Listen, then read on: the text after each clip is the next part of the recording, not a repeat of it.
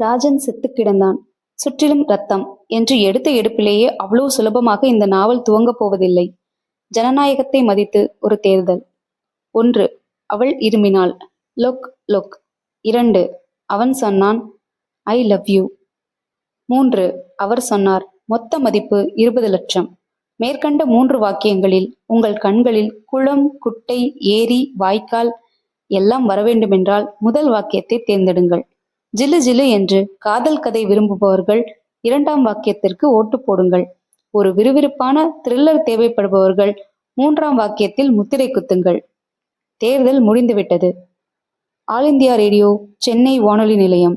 செய்திகள் வாசிப்பது இன்னார். மயிலவன் நாவல் தொகுதிக்கான இடைத்தேர்தலில் 3ஆம் வாக்கியம் என்ற வேட்பாளர் அதிக வாக்குகள் பெற்று வெற்றி பெற்றிருக்கிறார். ஆகவே அத்தியாயம் 1. அவர் சொன்னார், மொத்த மதிப்பு 20 லட்சம். அவர் என்பது திரு வசந்த கேசவ்.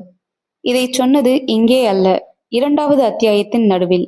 இங்கே சூரியன் தீக்குச்சி கிழித்தான். வானம் வணங்கி வெளிச்சம் பெற்றுக்கொண்டது. நியமப்படி மொட்டுக்கள் மலர்ந்தன. மாடுகள் மடி நிறைய பால் சேர்த்து வைத்துக் கொண்டு கோணாருக்காக காத்திருந்தன. குப்பை மேடுகளில் கோழிகள் புதைபொருள் ஆராய்ச்சி நடத்த துவங்கின. பரத் புரண்டு படுத்தான். அவனுடைய அகன்ற தோள்களையும் மேக்கு அடுத்த எழுத்து போல விரிந்த மார்பையும் கொழுத்த கன்னங்களையும் பென்சில் முனை போல கூரான மூக்கையும் பெரிய அலை, சின்ன அலை, இன்னும் சின்ன அலை என புரளும் கேசத்தையும் வர்ணிக்கப் போவதில்லை. பரத் ஒரு கோர்ட்டுக்கு போகாத லாயர் என்பதும் ஒரு பிரைவேட் கம்பெனியில் வேலை பார்ப்பவன் என்பதும் மட்டும் இப்போது. மிச்ச விவரங்களை அவனே மிஸ் ஷகீலா கேசவிடம் சொல்வான். ஷகீலா கேசவ் பின்னால் வருவாள். பரத் கண்விழிக்கும், பல்விளக்கும், சோப் தேய்க்கும் விவரங்களை எல்லாம் விட்டுவிட்டோம் என்றால், இதோ பரத் ஸ்கூட்டரை ஸ்டார்ட் செய்கிறான். நேரம் 9:30. தீ பிடித்து விட்டதைப் போல மக்கள் ஒருவரை ஒருவர் மிதித்தபடி ஓடிக்கொண்டிருந்தார்கள். சுவர்களில் புது போஸ்டர்களில் காசு வாங்கி கொண்ட கதாநாயகிகள் காண்பித்தார்கள். விசுவாசமாய் தன் கம்பெனிக்கு வந்து எதிர்ப்பட்ட லேடி ஸ்டாஃபிடம், இந்த லிப்ஸ்டிக் எங்க வாங்கினீங்க என்று அக்கறையாய் கேட்டுவிட்டு தன் அறைக்குள் வந்தான். மேஜையில் 4 தபால்கள் காகித கணம் வைக்கப்பட்டிருந்தன. எடுத்தான். 1. விஜயவாடாவிலிருந்து நண்பன். ஒரு விசிட், வாடா வாடா என்றான். 2. இந்த லெட்டர் கன்ற 3 நாட்களுக்குள் பதில் இல்லை என்றால் மொட்டை பெட்டிஷன் எழுதி போடுவேன் என்றாள் சுசீலா, அத்தை பெண். 3. Insurance premium notice. 4. விபரம் அடுத்த பேராவில். அது யார் அனுப்பிய கவர் என்பது வெளியில் விபரமில்லை. உடைத்து ஊதி காகிதத்தை வெளியே எடுத்தான். அது ஒரு நாடகத்திற்கான டிக்கெட். அட, காம்ப்ளிமெண்ட்ரியா? கூட கால்வரி கடிதாசி கூட இல்ல. யார் அனுப்பிச்சு வச்சது? டிக்கெட் பார்த்தான். அன்று மாலை 7 மணிக்கு கலைவாணர் அரங்கில் நாடகம். சீட் எண் 14. ஆச்சரியமாயிருந்தது. யாராவது நண்பர்கள் அனுப்பினார்கள் என்றால் கூடவே கடிதம் இருக்காதா? முதல் நாளே வாங்கி ஒழுங்காய் அட்ரஸ் எழுதி ஸ்டாம்ப் ஓட்டி போஸ்ட் செய்திருக்கிறார்கள். யார்? இல்லை என்றால் இது ஒரு வகை அழைப்போ? நாடகத்திற்கு போனால் அனுப்பியவர் வந்து சந்திப்பாரோ? இன்ட்ரெஸ்டிங்காய் இருந்தது. நாடகத்திற்கு போவது என்று தீர்மானித்து 100 ஸ்கூட்டர்களுக்கு பக்கத்தில் 101ஆய் நிறுத்தினான் Bharat. Car, bike, bus, cycle, Nataraja சர்வீஸ்களில் நாடக ஆர்வலர்கள் வந்து கொண்டிருந்தார்கள். பரத் நேரம் பார்த்தான். 6:45. 5 நிமிடத்திற்கு வெறுமனே நகம் கடித்துக் கொண்டு நின்றுவிட்டு பின் உள்ளே செல்ல நினைத்து விரலை பல்லுக்கு கொண்டு செல்கையில், ஹேய் பரத் என்று வந்தவள் நண்பனின் மனைவி.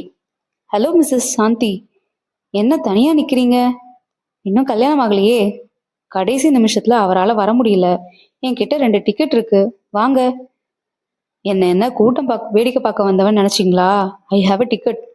அதை வித்துடுங்க. நோ, இந்த டிக்கெட்ல ஒரு விசேஷம் இருக்கு. அப்போ எனக்கு கம்பெனி தர மாட்டீங்க? அதோ விஜய் என்று சென்றாள். XUC 14. இதில் என்ன எதிர்பார்க்கிறோம் என்பதே அவனுக்கு தெரியவில்லை.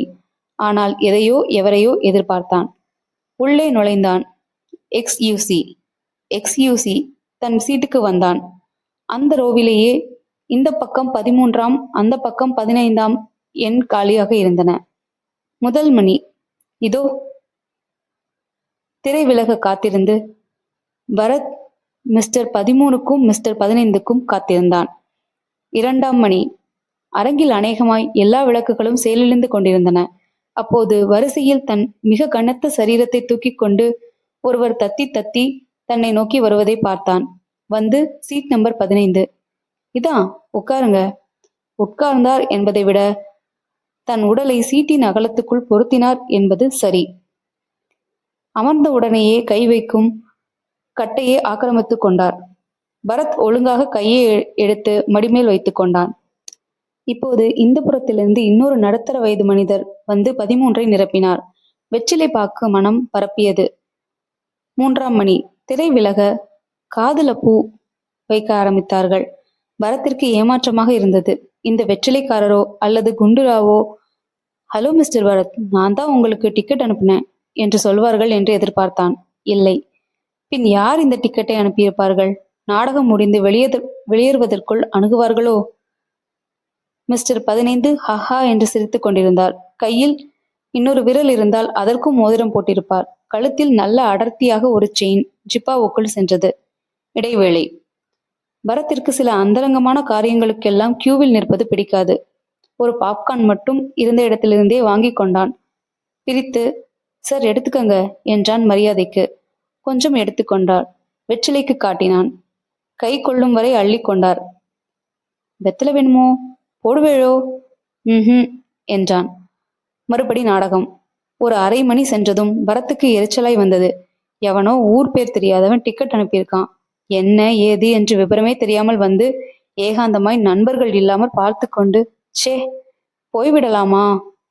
எழுந்தான் பரத். மிஸ்டர் 15 தன் ஜிப்பா கையால் அவன் கையை பிடித்து அழுத்தினார். உட்காருங்க. இல்லைங்க, நான் போறேன். உட்காருங்க மிஸ்டர் பரத், உங்க கூட நிறைய பேச வேண்டியிருக்கு. அத்தியாயம் 2. கண்கள் விரிய பார்த்தான். என் பேரு வசந்தகேசர். நாடகம் முடிஞ்சதும் பேசலாம் என்றார் அவர். அமைதியாய் அமர்ந்தான். இவன் அடுத்த சீட்டில் அமர்ந்திருப்பதையே மறந்து விட்டது போல மிக சுவாரஸ்யமாக நாடகம் பார்த்தார் வசந்தகேசர். இவனுக்கு லேசாய் எரிச்சல் வந்தது. ஏதாவது முக்கியமாக பேச வேண்டியிருந்தால் சந்திப்பதற்கு இதுதான் மார்க்கமா? போனில் அழைத்திருக்கலாம். அதை விட்டு மர்மமாய் டிக்கெட் அனுப்பி பெயரப்பார் வசந்தகேசவ், இவர் தம்பி பேரு இளையுதிர் கேசவன் இருக்குமா? என்ன பேசப் போகிறார்? நாடகம் முடிய காத்திருந்தான் பரத். முடிந்தது. அவசரமாய் வெளியேறுவதில் தீவிரம் காட்டினார்கள் மக்கள். எதுவுமே பேசாமல் வசந்தகேசவ் மெல்ல முயற்சி செய்து வரிசையை விட்டு வெளியேறி வாசல் பக்கம் நடக்க தன்னிச்சைப்படி போக முடியாமல் பின்னால் மௌனமாக நடந்தான். இருட்டு பச்சை நிற கார் ஒன்றை நோக்கி சென்றான். நின்றான். கதவை திறந்து வைத்து ஏறிக்கொள்ள சைகை செய்தார். மறுத்தான். நான் ஸ்கூட்டர்ல வந்திருக்கேன். அரை மணி நேரத்துல திருப்பி இங்கே உங்களை கொண்டாந்து விட்டுடுறேன் மிஸ்டர் பரத். ஏறிக்கொண்டான். காரை கிளப்பி சாரையில் இறங்கினார். டேப்பை ஆன் செய்தார். பருவத்தை புதிய பாடல் பாட சொல்லி கேட்டுக்கொண்டிருந்தது கேசட். உடன் பரத் அதை ஆஃப் செய்தான். கோபமா மிஸ்டர் பரத்? நியாயமான கோபம் சார். நீங்க என்ன சந்திக்க விரும்புனீங்க. என் முகவரி தெரிஞ்சு வச்சிருக்கீங்க. என்ன செய்யணும்? போன்ல கூப்பிட்டு என் சௌகரியம் தெரிஞ்சு என்னை வீட்டுல சந்திச்சிருக்கணும். இப்படி டிக்கெட் அனுப்பி 3 மணி நேரம் வீணாக்கி கார்ல ஏற சொல்லி அமைதியா பாட்டு கேட்டா என்ன அர்த்தம் மிஸ்டர் வசந்தகேசவ்? என்ன அர்த்தம் மிஸ்டர் வசந்தகேசவ்? விஷயம் அவ்வளோ தீவிரமானதுன்னு அர்த்தம். என்ன விஷயம்? ஏன் இப்படி படபடக்கிறீங்க? நானாக விஷயத்த சொல்ல மாட்டேனா? மிஸ்டர் பரத், 2 நாள் உங்களால் லீவ் போட முடியுமா? லாஸ் ஆஃப் பேல தான் போடணும். எவ்வளோ லாஸ் ஆகும்? கிட்டத்தட்ட 100-110 ரூபா. 15 ரூபாய் நோட்டுகளை நீங்க மதிப்பீங்களா? 1500 என் சம்பளம்.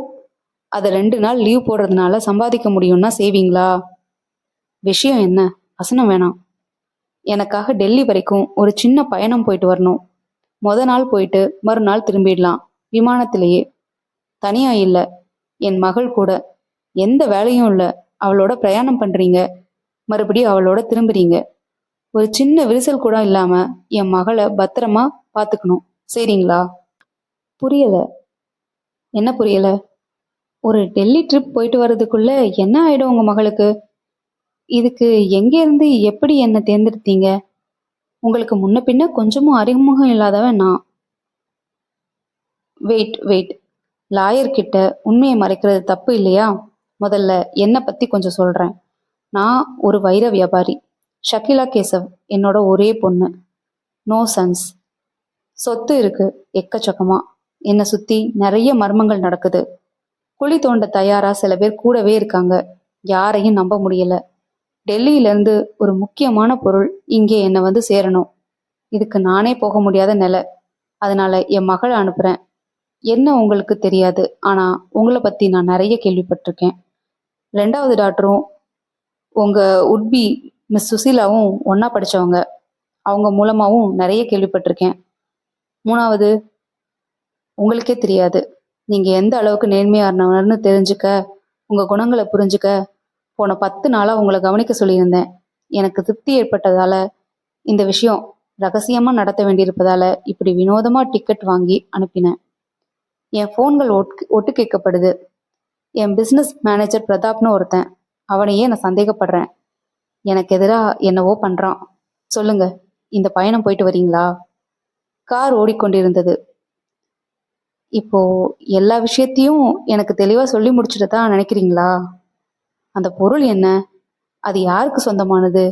அங்கிருந்து இங்க வர்றதுல சட்ட மீறல்கள் எதுவும் உண்டா? இன்னும் நிறைய கேள்விகள் அடுக்கலாம். மிஸ்டர் வசந்த கேசவ் காரை வேகம் குறைத்து சாலையோரமாய் நிறுத்தினார். நகர சந்தடிகளுக்கு வெளியே வந்திருந்தது கார். இதுவரைக்குமே 30 நிமிஷம் ஆகியிருந்தது. காரை விட்டு இறங்கி நின்றார். வெளியே பரத்தும் இறங்கி அவர் பக்கம் வந்தான். சுற்றிலும் அடர்த்தியாய் இருட்டு. நிலவொளி மட்டுமே முகம் காட்டியது. 2 மாசத்துக்கு முன்னாடி ஒரு 5ஆம் தேதி டெல்லியில ஒரு முக்கியமான நிகழ்ச்சி நடந்தது. நினைவிருக்கா? விவசாயிகள் ஊர்வலமா? அதில்ல, டைமண்ட் ஷோ. எஸ், படிச்சேன். சொல்லுங்க. இந்த ஷோவில் ஒரு அபூர்வமான வெரைட்டியை சேர்ந்த 12 வைரங்களை நான் ஏலத்தில் எடுத்தேன். எவ்வளவுக்கு? அவர் சொன்னார். மொத்த மதிப்பு 20 லட்சம். வாவ் என்றான் பரத். அதை ஏலத்தில் எடுத்ததுல தான் வினையே ஆரம்பம். என்கிட்ட அத்தனை மதிப்பான வைரங்கள் இருக்கிறது பப்ளிக்கா தெரிஞ்சு போனதால ஜாக்கிரதையா எடுத்துட்டு வந்து சேரணுமேனு கவலை வந்துருச்சு. டெல்லியிலே இருந்தாப்புல இருந்து என் சூட்கேஸை பறிச்சுட்டு போயிட்டாங்க. நல்ல வேளை நான் அதில் வைக்கல. யோசிச்சேன். உடனடியாக எனக்கு அந்த வைரங்கள் தேவையில்லை என்கிறதுனால டெல்லியிலே ரிச்சர்ட்னு என் ஃப்ரெண்டு வீட்டில் அவன்கிட்ட சொல்லிட்டு ஒப்படைச்சேன். 2 பேரும் ஒரு குறிப்பிட்ட இடத்துல வீட்டுக்குள்ளேயே மறைச்சு வச்சோம். நான் மெட்ராஸ் கிளம்பினேன். பிளேன் டிக்கெட் கிடைக்காம ட்ரெயினில் வந்தேன். பல்ஹர்ஷான்னு ஒரு ஸ்டேஷன். வண்டி நின்னப்போ மணி ராத்திரி 12:30. எல்லாரும் தூங்கிட்டு இருக்காங்க. 2 பேர் திடீர்னு என்கிட்ட வந்து துப்பாக்கியை காட்டி சத்தம் போடாம ட்ரெயினை விட்டு இறங்க சொன்னாங்க. இறங்கினேன், வேற வழி இல்லாம. ஒரு கார்ல ஏத்தி எங்கேயோ கொண்டு போய் வச்சுக்கிட்டு வைரத்தை எடுடான்றாங்க. என்கிட்ட இல்லைன்னு சொல்லி வாங்கி சின்னதா ஒரு போராட்டமே நடத்தி கையில காலில் ரத்த காயத்தோட ஒரு அசந்த சந்தர்ப்பத்துல தப்பிச்சு ஓடி ஒரு வழியா வந்து சேர்ந்தேன். போலீஸ்ல கம்ப்ளைண்ட் கொடுத்தேன். ஆனா ஒரு வாரத்துக்கு எனக்கு மிரட்டல் ஃபோன் வந்துச்சு. இந்த இடத்துல கொண்டாந்து வைரத்தை கொடுத்துடு, இல்லைன்னா உன் குடும்பத்தையே எங்க கண்டாலும் கொலை பண்ணுவேன், அது இதுன்னு. அப்புறம் என்னென்னவோ முயற்சி பண்ணி போலீஸ் பார்த்து விட்டாங்க. இப்போ எந்த தொந்தரவும் இல்லை. இப்போ எனக்கு அந்த வைரங்கள் தேவைப்படுது. இவ்வளவு தூரம் அத்தனையும் சொன்ன காரணம், இந்த பயணத்துல எவ்வளோ ரிஸ்க் இருக்குங்கிறது உங்களுக்கு புரியணுமேங்கிறதுக்காகத்தான். நான் கவனிக்கப்படுறேன், ஆகையால தான் நான் போக முடியாத சூழ்நிலை. கொஞ்சம் மூச்சு வாங்கி கொண்டு தொடர்ந்தார். சொல்லுங்க, என் மகளோட கூட போயிட்டு வருவீங்களா? எனக்கு இன்ட்ரெஸ்ட் ஏற்பட்டுடுச்சு. நிச்சயமா போறதுன்னு நீங்க சொல்லிக்கிட்டு வரப்பவே தீர்மானிச்சிட்டேன். சொல்லுங்க, எப்ப கிளம்பணும்? குட் மிஸ்டர் பரத், இன்னும் 3 நாள் கழிச்சு புறப்படணும். நீங்க என்னை தேடி வர வேண்டாம். என் கூட ஃபோன்ல பேச வேண்டாம். உங்க கூட நான் வெளியிடத்துல இருந்து ஃபோன் மூலமா பேசுறேன். ஃப்ளைட் டிக்கெட் உங்களை வந்து சேரும். என்னை எப்படி மிஸ்டர் பக்கத்து சீட்டா எதேச்சியா சந்திச்சிங்களோ அதே மாதிரி என் மகளையும் ஒரு சக பிரயாணி மாதிரி விமானத்துல சந்திப்பீங்க. ரொம்ப நல்ல மூளை சார் உங்களுக்கு. உங்களை நான் நிறைய நம்புறேன். என்னை கேட்டா உலகம் சரியில்லை. என்கிட்ட கூட நீங்க இந்த அளவுக்கு சொன்னது தப்பு. உங்க பொருள் உங்க மகள் பத்திரமா வந்து சேர வேண்டியது இனி என் பொறுப்பு. நான் சொன்ன என் ஃப்ரெண்டு ரிச்சர்ட் இப்போ ஸ்டேட்ஸ் போயிருக்கான். வைரங்கள் இருக்கிற இடத்த நான் ஷக்கிலா கிட்ட சொல்லி அனுப்புறேன். உங்க டாக்டர் என்ன செய்யறாங்க? டிகிரி முடிச்சா, வீணை கத்துக்கிறா, ஊர் சுத்துறா, மாடலிங் பிடிக்கும் அவளுக்கு. ஹாபியா சில சமயங்கள்ல செய்வா. ரொம்ப அரட்டை. ஓகே, நேரமாச்சு இல்லையா? வாங்க, உங்களை கொண்டு போய் உங்க வீட்டில் விட்டுடுறேன். ஸ்கூட்டர், என் ஸ்கூட்டர். எஸ், மறந்துட்டேன். அரங்கத்துக்கே போகலாம். கார் ஓடிக்கொண்டிருந்தது. உங்களை நான் சந்திக்கல, ஃபோனில் கூப்பிடல. ஆனால் அட்ரஸ், ஃபோன் நம்பர் தெரிஞ்சுக்கிறது நல்லது இல்லையா? நிச்சயமா என்று ஜிப்பாவுக்குள் கைவிட்டு விசிட்டிங் கார்டு ஒன்றை எடுத்து கொடுத்தார் வசந்த கேசவ். மின்னியது. நிச்சயம் 3 ரூபாய்க்கு மேல் மதிக்கலாம். ரிச்சர்ட் வீட்டில் நீங்கள் போகிற அன்னைக்கு தான் தங்குறீங்க. ரிச்சர்ட், டாக்டர் ஸ்டெல்லா உங்கள் 2 பேரையும் ஏர்போர்ட்லேயே ரிசீவ் பண்ணிக்குவா. இன்னும் சில விவரங்கள் ஃப்ளைட் டிக்கெட்டோட தரேன் என்றார். காரை நிறுத்தியதும் இறங்கிக் கொண்டான். கையாட்டி விட்டு அவர் சென்றதும் திரும்பி பார்த்த பரத் திடுக்கிட்டான். ஸ்கூட்டர் அங்கே இல்லை. அத்தியாயம் 3. சுற்றுமுற்றும் பார்த்தான். பிரதான சாலையில் தூரத்தில் ஒரு வேன் மட்டும் நின்று கொண்டிருப்பது தெரிந்தது. மணி பார்த்தான். 11:10. இருட்டு. மப்ளர் கட்டிய ஒருத்தன் பரத்தை நோக்கி வந்தான். என்ன சார் பார்க்குறீங்க? ஏன் ஸ்கூட்டர் இங்கே ஓரமாக தனியாக நின்றுட்டு இருந்துச்சு. அதோ அந்த வேனுக்குள்ளே தூக்கி வச்சுருக்கோம். வேனுக்குள்ளே நீங்கள் ஏன் தூக்கி வச்சிங்க? பனி பெய்யுதே. ஸ்கூட்டர் ஸ்டக் ஆயிடுமேன்னு தான். என் கையை பாருங்க. கையில் என்ன? கத்தி வைத்திருந்தான். விரிந்த கத்தி. கப் சிப் என்று வேனுக்கு நடங்க. என்ன இதெல்லாம்? கேள்வி கேட்காம நடமா கண்ணு. சுற்று வட்டாரத்தில் மனிதன் என்று இவர்களை தவிர யாரையும் காணோம். கையில் கத்தி. ஸ்கூட்டர் வேனுக்குள். கற்ற கராத்தே இவனை சுலபமாய் சமாளிக்கும். ஆனால் ஏன் அழைக்கிறான்? எங்கே அழைக்கிறான்? அழைப்பது யார்? விடை தெரிய வேண்டும். வேனை நோக்கி நடந்தான் பரத். மஃப்ளர் முன்னால் சென்று வேனின் பின்பக்க பெரிய கதவுகளை திறந்தான். உள்புற லைட் எரிந்தது. ஸ்கூட்டர் அங்கே இருந்தது. ஒரு சின்ன பெஞ்சும் அதில் ஒருவனும் இருக்க அவன் வெல்கம் என்றான். கத்தியெல்லாமா காட்டின மடையா? பார்த்தா தெரியலையா? எத்தனை சாது. ஹலோ பரத், ஏறி உள்ள வாங்க. எதுக்கு? உள்ள கேளுங்க. முரண்டு பிடிச்சா நாங்களும் கொஞ்சம் ரஃபா நடக்க வேண்டி வரும். வேனுக்குள் ஏறினான் பரத். கதவு வெளியில் அடித்து சாத்தப்பட்டது. 1 நிமிடத்தில் வேன் புறப்பட்டது. வெல்கம் சொன்னவன் கருப்பு பனியனும் ஜீன்ஸ் பேண்ட்டும் அணிந்திருந்தான். தலையை ஏதோ சீவி இருந்தான். வெல், இப்போ என்னை எங்க கொண்டு போறீங்க? எங்கேயும் இல்லை. உங்க கூட பேசுறதுக்காகத்தான் நான் இங்க காத்துக்கிட்டு இருந்தேன். வெரி குட், நல்லா இருக்கு இந்த சந்திப்பு. முதல்ல நம்ம கை குலுக்கிக்கலாமா? சிரித்துக்கொண்டே கையை நீட்டி முரட்டுத்தனமாய் அழுத்தி விட்டு எடுத்துக்கொண்டான். நான் எதை பத்தி பேச விரும்புறேன்னு நீங்க ஓரளவுக்கு யூகிச்சிருப்பீங்க. தாராளமா. என் ஸ்கூட்டரோட கலர் உங்களுக்கு பிடிச்சு போச்சு. அதை வாங்கிக்க விரும்புறீங்க. அதை பத்தி பேசத்தான் இப்படி. மிஸ்டர் பரத், கிண்டல் வேண்டாம். இப்போ நேரடியாக விஷயத்துக்கு வரலாமா? வரலாமே. வசந்த கேசவ் என்ன சொன்னாரு? பிரதாப் ரொம்ப பொல்லாதவன்னு சொன்னாரு. திகைத்தான். ஏய், அது எப்படி? ஆச்சரியமா இருக்கா? மேனேஜர் ஒருத்தர் எதிராக திட்டம் போடுறதா சொன்னாரு. இதோ பிரமாதமா என்ன சந்திக்கிறீங்க. பிரதாப்னு சொன்னாரு. கை குலுக்கின உங்க கைவிரல் மோதிரத்துல பீனு இருக்கு. இதை வச்சு நான் முடிவுக்கு வரலன்னா என் மூளை மோசமானதுன்னு அர்த்தம். குட், உங்க மூளை பிரகாசமானது தான், ஒத்துக்கிறேன். ஆனா உங்க உயிர் இப்போ பத்திரமில்லாத நிலையில இருக்குங்கிறத உணர்றீங்களா? நிச்சயமா. நிச்சயமா. பனியனுக்குள்ள ரிவால்வர் வச்சிருக்கீங்க. நிச்சயமா சுடும். சத்தமே வராத ஆயுதமும் வச்சிருக்கேன். வச்சுக்கோங்க பத்திரமா. இன்னும் ஒரு தடவை தான் கேட்பேன். சரியான பதில் இல்லைன்னா ஆயுத புரட்சி தான். சொல்லுங்க, வசந்த கேசவ் என்ன சொன்னாரு? பரத் அமைதியா இருந்தான். பிரதாப் டிரைவர் சீட் பக்கமாக 2 முறை டொக் டொக் என்று தட்டினான். வேன் வேகம் குறைந்து நின்றது. கதவுகள் திறக்கப்பட்டன. அந்த 2 பேர் உள்ளே ஏறினார்கள். நல்ல முறையில் உடற்பயிற்சிகள் செய்து தசைகளை விண்ணென்று வைத்திருந்தார்கள். பரத்தை நெருங்கினார்கள். சற்றும் எதிர்பாராமல் ஆளுக்கு 1 என்ற கணக்கில் சரியாக அவன் தாடையில் குத்தினார்கள். மண்டைக்குள் மின்னல்கள் தெரித்தன. சத்தியமாய் ஒரு பல் நியாயம் கேட்டது. கிர் என்று வந்தது. தலை தடுமாறி ஸ்கூட்டரின் மேல் விழுந்து சரிந்து எழுந்து உரைத்தான். பரத், முதல்லையே சொன்னேன், உங்க உயிர் இப்ப பத்திரமான நிலையில இல்லைன்னு. விவேகமா நடந்துக்கங்க. இங்க பாருங்க, தேவதையை விட சாத்தானுக்கு சக்தி அதிகம்னு சொல்லுவாங்க. நான் ரொம்ப சாதாரணமான ஆள்னு நினைக்க வேணாம். அந்த வைரங்களுக்காக சமயம் பார்த்து காத்துக்கிட்டு இருக்கேன். 100 திட்டம் போட்டிருக்கேன். ஷகிலா கேசவ் டெல்லி போறா. வைரங்களை எடுத்துட்டு வர துணைக்கு பைல்வான் பரத் உடன் போகிறார். என்ன சரியா? வசந்த கேசவ் இன்னைக்கு காலையில எத்தனை மணிக்கு எத்தனை வினாடிக்கு செருப்பு போட்டுக்கிட்டாருங்கிறத கூட என்னால சொல்ல முடியும். என்னை நல்லா புரிஞ்சுக்குங்களாயரே. பரத் சோர்வாய் அவனை பார்த்தான். தாடையில் வெற்றி வெற்றி என்று ஆங்கிலத்தில் வலித்துக் கொண்டிருந்தது. துளி கூட சம்பந்தமில்லாத ஒரு விஷயத்தில் அனாவசியமாய் உதை வாங்குவதில் ஆத்திரமாய் வந்தது. 3 பேராய் இருக்கிறார்கள். தயாராய் கத்தி கப்படா எல்லாம் வைத்திருக்கிறார்கள். ஒன்றும் செய்ய முடியாது. அவர்கள் வழியில் பேசுவது ஒன்றுதான். ரத்தம் பார்க்காமல் திரும்பும் வழி. பேசினான். மிஸ்டர் பிரதாப், உங்களை புரிஞ்சுக்கிட்டேன். என்னை அடிச்சிருக்க தேவையில்ல. நாம் பேசணும், அவ்வளோதானே. பேசலாம். அவங்க நின்றுக்கிட்டே இருக்கட்டுமா? நீங்க போங்க, வேன் எடு. மறுபடி கதவு சாத்தல். வேன் புறப்படல். பரத் பெஞ்சில் அவன் அருகில் அமர்ந்தான். சரி, நம்ம என்ன பேசணும்? வசந்த கேசவ் வேற என்ன சொன்னார்? வேற எதுவும் சொல்லலை, இதையே தான் சொன்னார்.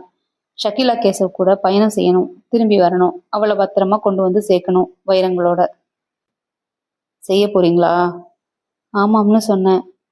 சரி, செய்யுங்க. என்னை இன்னும் நல்லா புரிஞ்சுக்கோங்க. ஒரு நாகரிகமான முரடன் நான். இது வரைக்கும் உங்களை நீ போட்டு பேசல, இனியும் பேச மாட்டேன். எனக்கு அந்த வைரங்களை ஒப்படைக்க போற தபால்காரர் நீங்க. நான் கொலைக்கு பயப்படுறவன் இல்லை. சி மிஸ்டர் பரத், 20 லட்சம் ரூபாய் வைரங்கள் என் கைக்கு வரணும். நான் சொல்றபடி நீங்க செய்ய போறீங்க. உங்களை வச்சு நான் அதை அடைய போறேன். உங்களுக்கு சம்பளம் 1 லட்சம். என்ன சொல்றீங்க? லாட்டரி சீட்டே வாங்காம பிரைஸ் கசக்குமா? சொல்லுங்க, என்ன செய்யணும்? ஒன்றும் மக்கர் பண்ணக்கூடாது, சொன்னது செய்யணும். அழகா ஷகிலா கேசவோட போகணும். உங்ககிட்ட 12 போலி வைரங்கள் தருவேன். அதை வச்சுட்டு ஒரிஜினலா நைஸா மாத்திக்கணும். மெட்ராஸ் வந்ததும் நல்ல பிள்ளைய என்கிட்ட கொடுத்துடணும், அவ்வளோதான். நல்ல பிளான். கொஞ்சம் யோசிங்க பிரதாப். என்ன? 20 லட்சம் பெருமான வைரங்களை ஒரு பெண் எடுத்துக்கிட்டு வரப்போறா. கூட நீ வரணும்னு அந்த முட்டாள் வசந்த கேசவ் என்கிட்ட சொன்னப்போ இதே திட்டம் எனக்கு தோணி இருக்குமா இருக்காதா? நீங்க ஓடுற வேன்ல ரகசியமா சொல்றீங்க. நான் ஏற்கனவே மனசுல வச்சிருந்தேன் இந்த திட்டத்தை. அவ்வளவுதான் வித்தியாசம். சோ 1 லட்சம் எனக்குங்கிற இந்த பூச்சி பேரும் சரியா வருமா? பிரதாப் அமைதியாக இருந்தான். பேரம் பேசுறீங்களா? காரியம் செய்ய போறது நான். ஏதாவது ஒரு விரலை தேர்ந்தெடுத்து சப்பிக்கிட்டு காத்துக்கிற ஒரே காரியம்தான் நீங்க செய்யறது. இதுல பரத், நீங்க புத்திசாலியான வியாபாரி. நல்லா பேரம் பேசுறீங்க. அந்த வைரங்களை உங்க உதவி இல்லாமலேயே என்னால அடைய முடியும். இப்ப நீங்க எனக்கு ஒரு கருவிதான். 3 லட்சம் ரூபாய் கேஷா உங்களுக்கு தந்துடுறேன். இதுதான் பிசினஸ். நீங்க எனக்கு பார்ட்னர் ஆகிடலான்னு நினைச்சிடாதீங்க. அதெல்லாம் முடியாது. மரியாதையா நடந்துக்கிட்டா உங்க உயிரும் 3 லட்சமும் உங்களுக்கு கிடைக்கும். இல்லைன்னா மொத்தமும் எனக்கு. உங்களுக்கு உயிர் மைனஸ் ஆயிடும். என்ன சொல்றீங்க? இது கத்தி முனை பேரம். நான் எப்படி அடிச்சு பேச முடியும்? ஒத்துக்கிறேன். பரத், இதுல எந்த இடத்துலையும் உங்க புத்திசாலித்தனத்தை காட்டலாம்னு நினைக்காதீங்க. இந்த பிரயாணம் முழுக்க உங்க ஒவ்வொரு அசைவும் எங்க ஆட்களால் கவனிக்கப்பட்டுக்கிட்டே இருக்கு. நீங்க டெல்லியில ஒண்ணுக்கு போனா கூட இதோ இப்ப பரத் ஒண்ணுக்கு போறானே எனக்கு ரன்னிங் கமெண்ட்ரி வரும். அந்த அளவுக்கு எவ்ரிதிங் வில் பி செட். ஜாக்கிரதையா நேர்மையா நடந்துக்கங்க. மெட்ராஸ் வந்ததும் நான் எப்படி சந்திக்கணுமோ அப்படி உங்களை சந்திச்சு வைரங்களை வாங்கிக்கிறேன் என்றான். கிட்டே நெருங்கி தாடையை தழுவி. வலிக்குதா? வலிக்குது. சாரி. நீங்க என் தோழன். தொல்லை கொடுக்க மாட்டீங்கன்னு நம்புறேன். கொடுத்தா உங்க வாழ்க்கைங்கிற விளையாட்டுல அநியாயமா தொத்து போயிடுவீங்க. டிரைவர் சீட் பக்கம் தட்டினான். வேன் நின்றது. கதவு திறந்தது. ஸ்கூட்டரை காட்டினான் பிரதாப். இருவரும் மேலே ஏறி அதை தூக்கி சாலையில் வைத்தார்கள். சுத்தமாய் நகரத்திற்கு ரொம்ப தூரம் வெளியே என்பது மட்டும் புரிந்தது. வேன் புறப்பட்டு சென்றது, மறைந்தது. தாடை வலிக்க நின்று கொண்டிருந்தான் பரத். இது என்ன இடம்? எந்த பக்கம் போனா சென்னை? அத்தியாயம் 4. சாம்வெல் பைப் உபயோகிப்பவன். அந்த ராத்திரிகளில் சுறுசுறுப்பாய் இருப்பவன். எப்போதும் போதையில் மிதப்பவன். ஒரு செயலை எடுத்துக்கொண்டால் அதை மிஷின் மாதிரி செய்து முடித்து விட்டுதான் ஓய்வான். இப்போது ஒரு செயலை எடுத்துக்கொண்டிருப்பவன். அந்த செயல் அது ஒரு உயர்தர ஹோட்டலின் அறை. சோபாவில் சாம்பல் அருகில் விக்டர் கூட்டாளி. எதிரே அப்போதுதான் வந்து தயாள் நின்று கொண்டிருந்தான். தயாளை வாசகர்கள் அத்தியாயம் 1 சந்தித்திருக்கிறார்கள். எங்கே? நாடக ஹாலில். பரத்துக்கு இடது பக்கத்தில் சீட் நம்பர் 13. உனக்கு என்ன வேலை கொடுத்திருக்கேன் தயாள் என்றான் சாம்வெல். சதா சர்வ நேரமும் திரு வசந்த கேசவ ஒரு உண்மையான நிழல் மாதிரி தொடரும் வேலை. என்ன சொல்ல விடுங்க. 20 நாளா இதை செஞ்சதுல நேத்துதான் பயன். என்ன? அவரே கார் எடுத்துக்கிட்டு வந்து 2 டிராமா டிக்கெட் வாங்கினாரு. இதுக்கு இவர் வரணுமான்னு சந்தேகப்பட்டேன். அவர் வாங்கின சீட்டுக்கு அடுத்த சீட் டிக்கெட் வாங்கிட்டேன். மறுபடி தொடர்ந்தேன். ஒரு டிக்கெட்டை தபால்ல போஸ்ட் பண்ணினார் தன் கைப்பட எழுதி. இன்னைக்கு நாடகத்துக்கு அந்த சீட்ல வந்து உட்கார்ந்தது ஒரு லாயர். பேரு பரத். நாடகம் முடிஞ்சதும் பேசணும்னார். நான் சாதுவா நாடகம் முடிய 5 நிமிஷம் இருக்கிறப்பவே எழுந்து வெளியில வந்து அவர் கார்ல பின் சீட்டு கடியில படுத்துக்கிட்டேன். மறுபடி தியேட்டர் வாசல்ல இறக்கி விட்டு வசந்த கேசவ் குட் நைட் சொன்னவரை ஒரு வரி மாத்தாம, கம்மா ஃபுல் ஸ்டாப் கூட பிசகாம அப்படியே சொல்லி முடித்தான் தயாள். குதித்தான். உடனே சாம்பல். அதை சாம்பல் உடனே குதித்தான் என்றும் உடனே சாம்பல் குதித்தான் என்றும் கூட எழுதலாம். விக்டர், நம்ம காத்துக்கிட்டு இருந்த சந்தர்ப்பம் இதுதான். ஆமா சாம். 20 லட்சத்துல என்னென்ன செய்யலாம்? என்னென்னவோ செய்யலாம். மேஜை ஆடினா 100 ரூபாய் நோட்டை மடிச்சு கூட கீழே வைக்கலாம். என்னால சரியா கற்பனை கூட பண்ண முடியல சாம். கற்பனை பண்ண ஆரம்பி விக்டர். அவ்வளவும் நாம செய்ய போறோம். அதிகமா அலட்டிக்காம அழக அப்படியே அந்த வைரங்களை நமக்கு வரணும். யோசிக்கணும். கொஞ்சம் சாப்பிட்டார்கள். ஒரு 1 மணி 10 நிமிடம் கழித்து, பிளான் பண்ணிட்டேன் விக்டர் என்றான் சாம்பல். சொல்ல ஆரம்பித்தான். அத்தியாயம் 5. பரத்திற்கு லேசாய் ஒரு பயம் கூட இருந்தது. தபாலில் விமான டிக்கெட் வந்து அவனை சேர்ந்த போது கூடவே கடிதம். இத்துடன் விமான டிக்கெட். நாளை மாலை புறப்படு. டெல்லியில் ஸ்டெல்லா வரவேற்பாள். கூறியவை நினைவில் இருக்கட்டும். VK. இந்த பயணம் வெற்றிகரமாய் அமையுமா?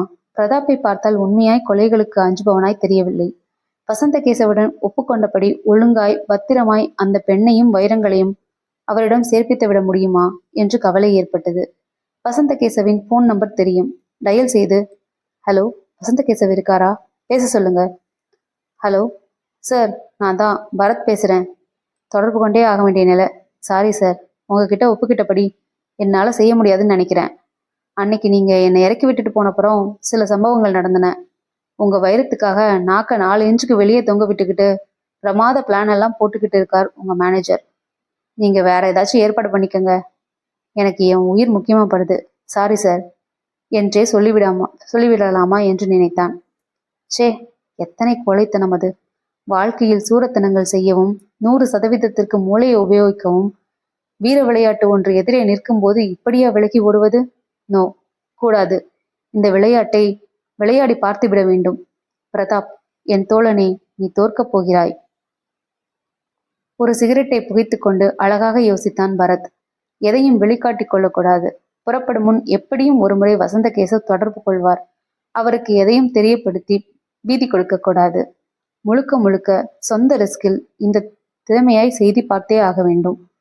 ஷக்கீலாவும் வைரங்களும் ஒரு சில்லு கூட பேராமல், ஒரு தூசி கூட படியாமல் அப்படியே வசந்த கேசவிடம் ஒப்படைக்கப்பட வேண்டியது என் கடமை. இதில் 4738 தொல்லைகள் வந்தாலும் 2 கை பார்த்து விட வேண்டும். பிரதாப்பை அழகாய் சமாளிக்க வேண்டும். அவன் திட்டம் என்ன, எங்கெங்கே என்னை கண்காணிக்கப் போகிறான் என்பதெல்லாம் இத்தினூண்டு கூட தெரியவில்லை. ஆனாலும் இதில் நான் ஜெயிக்கப் போகிறேன். ஷக்கீலா கேசவ் அழகாக இருப்பா. சந்தர்ப்பம் கிடைச்சா கற்பழிச்சிடுங்க என்று பிரதாப் மனதில் சொல்லிவிட்டு போனான். பாதகா, நான் அப்படியெல்லாம் பண்ண மாட்டேன். நல்ல பையன். பஸ்ஸில் போகும்போது ஆற்றில் பெண்கள் குளிக்கும் காட்சி வந்தால் கூட கண்ணை மூடிக்கொள்வேன். என் கற்பு ஏற்கனவே சுசீலா என்கிற சேஃப்டி லாக்கரில் வைக்கப்பட்டு விட்டது. அவளுக்கு துரோகம் செய்வது கூடாது. 2வதாய், பலாத்காரம் தவறு என்று காந்திஜி சொல்லியிருக்கிறார். டெலிஃபோன் அழைத்தது. Hello, Bharat speaking. காலையில தபால் பார்த்தாச்சா? கரகரப்பாய். நீங்க யாரு? போஸ்டல் டிபார்ட்மெண்ட்டா? பார்த்தாச்சா இல்லையா? பார்த்தாச்சு. சரி, இப்போ இன்னொரு தடவை போய் லெட்டர் பாக்ஸை திறந்து பாருங்க. சுத்தமாக எடுத்துட்டு வந்துட்டேன் முதல்லையே. பாருடா மடையா. ஃபோன் வைக்கப்பட்டது. சாவி கொத்து எடுத்து வெளியே வந்து வாசலில் உள்ள லெட்டர் பாக்ஸை திறந்தான். கனமாய் ஒரு வெள்ளை கவர் இருந்தது. எடுத்துக்கொண்டு உள்ளே வந்து பிரித்தான். ஒரு பாலித்தீன் பையில் 12 வைரங்கள் இருந்தன. போலி. போலி. கூடவே ஒரு சின்ன காகிதம். பிரதாப் சொன்னபடி நடப்பவன். பரத்தும் சொன்னபடி நடப்பவன் தானே? அந்த கற்கள் கூட மின்னின. இதுதான் உண்மை வைரம் என்று சொன்னால் கூட பரத் நம்புவான். எடுத்து சட்டையில் வைத்து கொண்டான். நேரம் பார்த்து பதறி ஸ்கூட்டரில் ஆபீஸ்க்கு புறப்பட்டான். சாலையில் ஒரு பெட்டிக்கடையிலிருந்து சிகரெட்டை கீழே போட்டு நசுக்கிவிட்டு பைக்கில் ஏறி ஒருவன் தன்னை தொடர்வதை பரத் உணர்ந்தான். பிரதாப் சொன்னபடி செய்பவன் தான். ஒழுங்காய் ஆபீஸ் வந்தான். அந்த ஆள் தேமே என்று ஆபீஸ் கட்டிடத்திற்கு கொஞ்சம் தள்ளி காத்து கொண்டு இருந்ததை மேலே மாடியில் ஜன்னல் வழியாய் பார்த்தான் பரத். லேசாய் சிரித்து கொண்டான். மேனேஜர் அறைக்கு சென்று பர்மிஷன் போட்டுவிட்டு கிளம்பி அத்தியாயம் 6. 6ஆம் அத்தியாயத்தில் பரத் 2 காரியங்கள் செய்தான். 1. ஜுரம் காரணமாய் லீவில் இருக்கும் நண்பன் இன்ஸ்பெக்டர் ராஜப்பாவை அவனுடைய வீட்டில் ஆப்பிள் பழங்களுடன் சந்தித்து 1 மணி நேரம் பேசினான். 2 மணி நேரம் செலவு செய்து பிரதாப் அனுப்பியதைப் போலவே 24 கண்ணாடி கற்கள் வாங்கி கொண்டு அமைதியாய் அந்த வழியில் ஆபீஸ் திரும்பினான். அத்தியாயம் 7. அப்புறம் பரத் சாயங்காலம் சினிமா போனான். பிரதாப் அனுப்பிய ஆளும் இன்னும் தொடர்வதை கண்டான். முட்டாள் ஊழியன். ராத்திரி ஒரு நாவல் 20 பக்கங்கள் படித்துவிட்டு உறங்கினான். பெரிய பெரிய அளவில் 12 வைரங்கள் சுற்றின. ஒன்றில் ஜனவரி, இன்னொன்றில் பிப்ரவரி, மார்ச், ஏப்ரல் என்று எழுதியிருந்தன. திடீரென்று அவை அழிந்து போய் சித்திரை, வைகாசி, ஆனி, சுத்தியல். கனவை கலைத்து டெலிஃபோன் கூப்பிட்டது. எடுத்தான். Hello, good morning Bharat. இப்போ மணி காலை 5. இத்தனை சீக்கிரம் உங்களை ஃபோன் பண்ணி எழுப்பினதுக்கு சாரி. குரல் புரியுதா? குட் மார்னிங் மிஸ்டர் வசந்த கேசவ். டிக்கெட் வந்துருச்சா? வந்துச்சு. சரி, கன்ஃபார்ம் பண்ணிக்க தான் கூப்பிட்டேன். எதுவும் சிக்கல் இல்லையே புறப்படுறதுல? பிரதாப் பற்றி சொல்ல வாய் எழுந்தது. இல்லை சார் என்றான். Very good. ஈவினிங் ஏரோட்ராமில் ஷக்கீலாவை விட்டுட்டு நான் உடனே போயிடுவேன். நாளைக்கு அங்கே டெல்லியில் எப்போ நாங்கள் கிளம்புறோம்? அங்கேயும் ஈவினிங் ஃப்ளைட் தான். ஸ்டெல்லா டிக்கெட் தருவா. வேற ஏதாவது தெரிஞ்சுக்கணுமா? ஆமாம். என்ன? மிஸ் ஸ்டெல்லா மிஸ் தானே? மிஸ் தான். அவங்க அட்ரஸ், அவங்க அடையாளம். உயரமான பொண்ணு. எப்பவும் ஸ்கர்ட் தான் போடுவா. தலையை பாப் பண்ணியிருப்பா. சிகப்பா இருப்பா. அட்ரஸ் ஷக்கீலா கிட்ட குறித்து அனுப்புகிறேன். தேவை இருக்காது. அவள் ஏர்போர்ட்டில் காத்திருப்பா.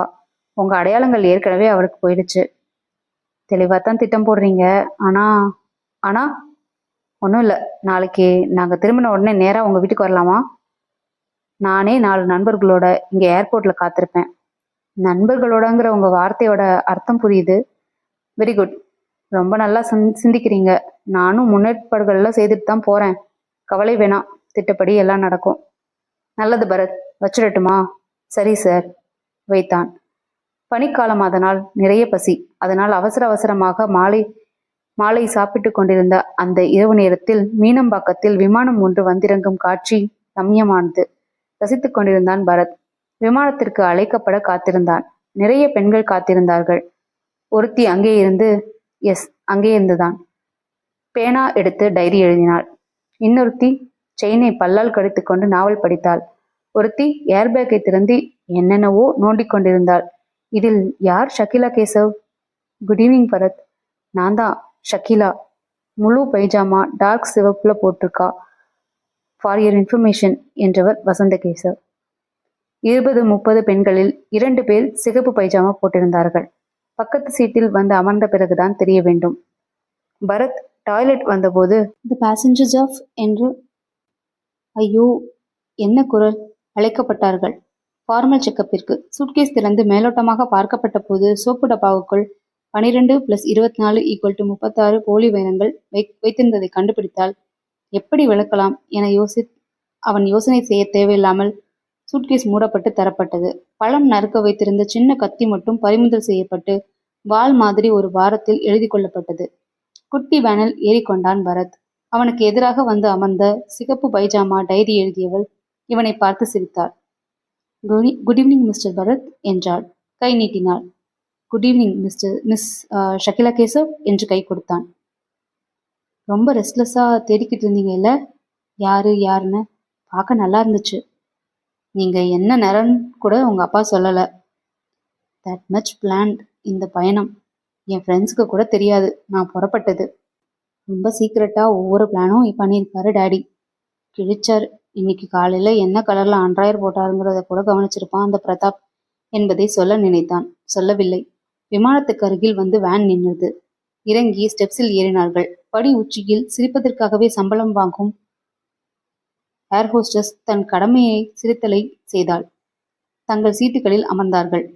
எக்ஸ்கியூஸ் மீ, நான் ஒரு சீட்டில் உட்கார்றேன் என்று ஷக்கீலா மாறிக்கொண்டாள். மாறிக்கொண்ட போது மோதிக்கொண்டாள். மோதிக்கொண்ட போது மெத்தென்றிருந்தாள். மெத்தென்றிருந்த போது சரிகமபதனி என அவன் உணர்வு நரம்புகள் மீட்கப்பட்டன. விமானம் புறப்பட்ட பின் பேச ஆரம்பிக்கலாம். அதுவரை அவளை சைட்டடிக்கலாம் என தீர்மானித்தான். சைட்டடிக்க கூடாது என்று காந்திஜி சொல்லவே இல்லை. ஷக்கீலாவின் பாப்ட் ஹேர் தோல் வரை அகலமாய் படர்ந்திருந்தது. ஒப்புக்கு ஒரு தங்க நிற ரிப்பன் பட்டை கட்டியிருந்தாள். பார்த்தவுடன் அப்படியே தாளில் வரைந்து காட்டிவிட முடியாத ஒரு சிக்கல் டிசைனில் காதில் தொங்கின. புருவங்கள் காலி செய்யப்பட்டு கோடு போட்டு வைத்திருந்தாள். லவ்லியாக நிறம் தேர்ந்தெடுத்து உதட்டுக்கு கோட்டிங் கொடுத்திருந்தாள். கழுத்தில் படுக்கை கட்டும் கயிறு கணத்தில் தடிப்பாய் பல வர்ணம் கொண்ட ஒரு அணிகலன். அப்புறம் கிரிக்கெட் பந்தின் நினைவு பரத்துக்கு சம்மந்தமில்லாமல் ஏன் வந்தது என்பதை விளக்கினாள். தோளா தோற்றுப்போவுக்கு பக்கத்தில் பெரிதாய் ஏ போட வேண்டியிருக்கும். எலக்ட்ரானிக் கடிகாரம் கட்டியிருந்தாள். அப்பா கொண்டாந்து விட்டுட்டு உடனே போயிட்டார் என்றாள். சொன்னார், செஞ்சது சரிதான். இந்த சென்ட் பாட்டிலோட மூடியை கொஞ்சம் திறந்து கொடுங்களேன். வரத்துக்கு 12 நிமிஷங்களை செலவு செய்ய சௌகரியமாய் வேலை கொடுத்தது. விமானத்தின் பைலட் கனைத்து கொண்டு அன்புள்ள பிரயாணிகளுக்கு நலமணிய ஆவல் என்று அன்போடு பேசினார். பெல்ட் கட்டிக்கொள்ள தெரியாதவர்களுக்கு ஹோஸ்டஸ் உதவி செய்தாள். ஏற்கனவே எடுத்த சாக்லேட்டை உரித்து வாயில் போட்டுக்கொண்டான். நியூட்டனின் லா ஆஃப் கிராவிட்டியை பொய் செய்து மிதந்தது விமானம். பெல்ட்டுகளை தளர்த்தி கொள்ள சொல்லி எழுத்துக்கள் மின்னியதும் தளர்த்தி கொண்டதும். மிஸ் ஷகிலா, நீங்க என்ன டிகிரி படிச்சீங்க என்றான் பரத். BA economics. எனக்கு இந்த ப்ராக்டிக்கல் ரெக்கார்ட் நோட்டு இதெல்லாம் தெரியும். அதனால தான் எக்கனாமிக்ஸ் எடுத்தேன்.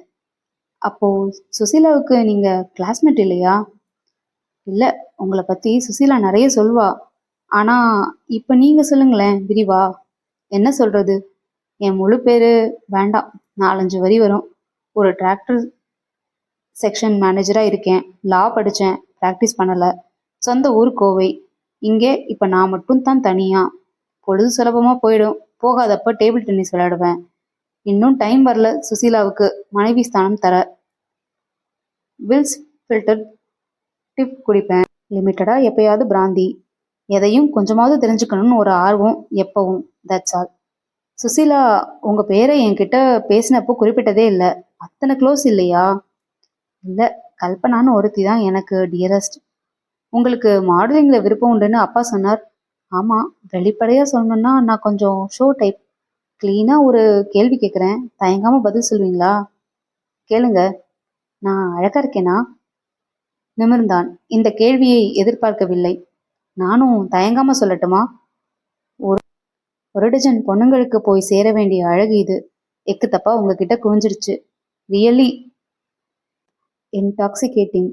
என் அழகை எக்ஸ்போஸ் பண்ண விரும்புகிறேன், ஆனால் அது பயன்படுத்தப்படுறத விரும்பலை. அதனால தான் மாடலிங்கில் முழுசாக இறங்கலை. இதோ பாருங்க, இந்த சோப்பை இங்கே வச்சுக்கணும்னு சொல்லி நேராக தொட வர்றான். அப்போது நாம் என்னவோ ப்ராஸ்டியூட் மாதிரி ஃபீலிங் வந்துடுது. ஏதாச்சும் புரியுதா? குழப்புறேனா? இல்லை, புரியுது. பியூராக இருக்க விரும்புகிறீங்க. அண்ட் அன்டச்டு ஃப்ரூட் மாதிரி. பரத், எனக்கு ஒரு காதலன் இருக்கான். நான் நம்ப மாட்டேன். ஏன்? எனக்கே கூட காதலிக்கலாமான்னு தோணுது. தெரியாதனமா ஏற்கனவே சுசீலாவை காதலிச்சு தொலைச்சிட்டேன். ஸோ ஏகப்பட்ட காதலன்கள் உங்களுக்கு இருக்கணும், இருந்தாகணும். ஆனால் நான் விரும்புறது ஒருத்தர் தானே என் காதலன். மறுக்கலை, சொல்லுங்க. என்னை விட 2 வயசு சின்னவன் அவன். வயசு காதலுக்கு தடை இல்லை. எனக்கும் உங்களுக்கும் தெரிஞ்சா பத்தாது, வேற யாருக்கு தெரியணும்? எங்க அப்பாவுக்கு. இந்த ட்ரிப்பு முடிஞ்சதும் எங்க அப்பா கிட்ட பேசுவீங்களா எனக்காக? நீங்க சொன்னா அப்பா கன்வின்ஸ் ஆவாருன்னு நம்புறேன். சொல்றேன். அவள் கொஞ்ச நேரம் முட்டை கண்ணாடி வழியாக வெளியே இருட்டு ஆகாயம் பார்த்தாள். பரத் வேறு என்ன பேசலாம் என்று யோசித்தான். டெல்லி போயிருக்கீங்க இல்லையா? ம். நீங்க? நானும் ம். ஸ்டெல்லா வந்து நம்மை வரவேற்பா. அட்ரஸும் குறிச்சு தந்திருக்கார். நீங்க டைமண்ட் ஷோவுக்கு வரலையா அப்பா கூட? இல்லை, இதெல்லாம் எனக்கு இன்ட்ரெஸ்ட் இல்லை. கற்பனையா ஒரு வினோதமா ஆள் வச்சிருக்கேன். ஒரு சின்ன தீவு. அந்த தீவுல 2 பேர். 1 வருஷம் வாழ்றதுக்கான உணவு இருக்கு. தீவுல நானும் கிறிஸ்டோபர் மட்டும், வேற யாரும் கிடையாது. ப்ளூல நியூடா திரியணும், திங்கணும், வாழணும். 1 வருஷம் கழிச்சு செத்துடணும். விசித்திரமான கற்பனை.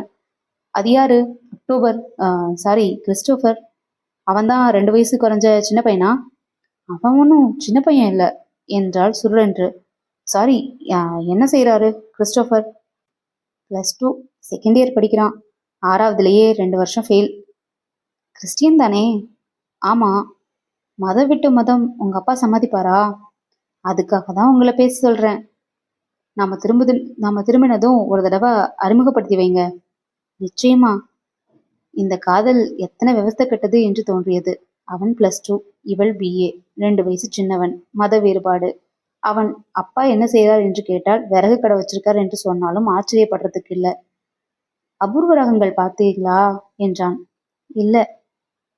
பாருங்க, வாய்ப்பு கிடைச்சா. இப்போ நம்ம பயணம் பத்தி கொஞ்சம் பேசலாம். உங்களுக்கு விளக்கமா சொல்லல. ஆனா இந்த வைரங்களை நம்ம கொண்டாடுறதுல நிறைய சாமர்த்தியம் செய்ய வேண்டியிருக்குங்கிறத மட்டும் தெரிஞ்சுக்கோங்க. ஓ, யாராச்சும் உங்களை மிரட்டினாங்களா?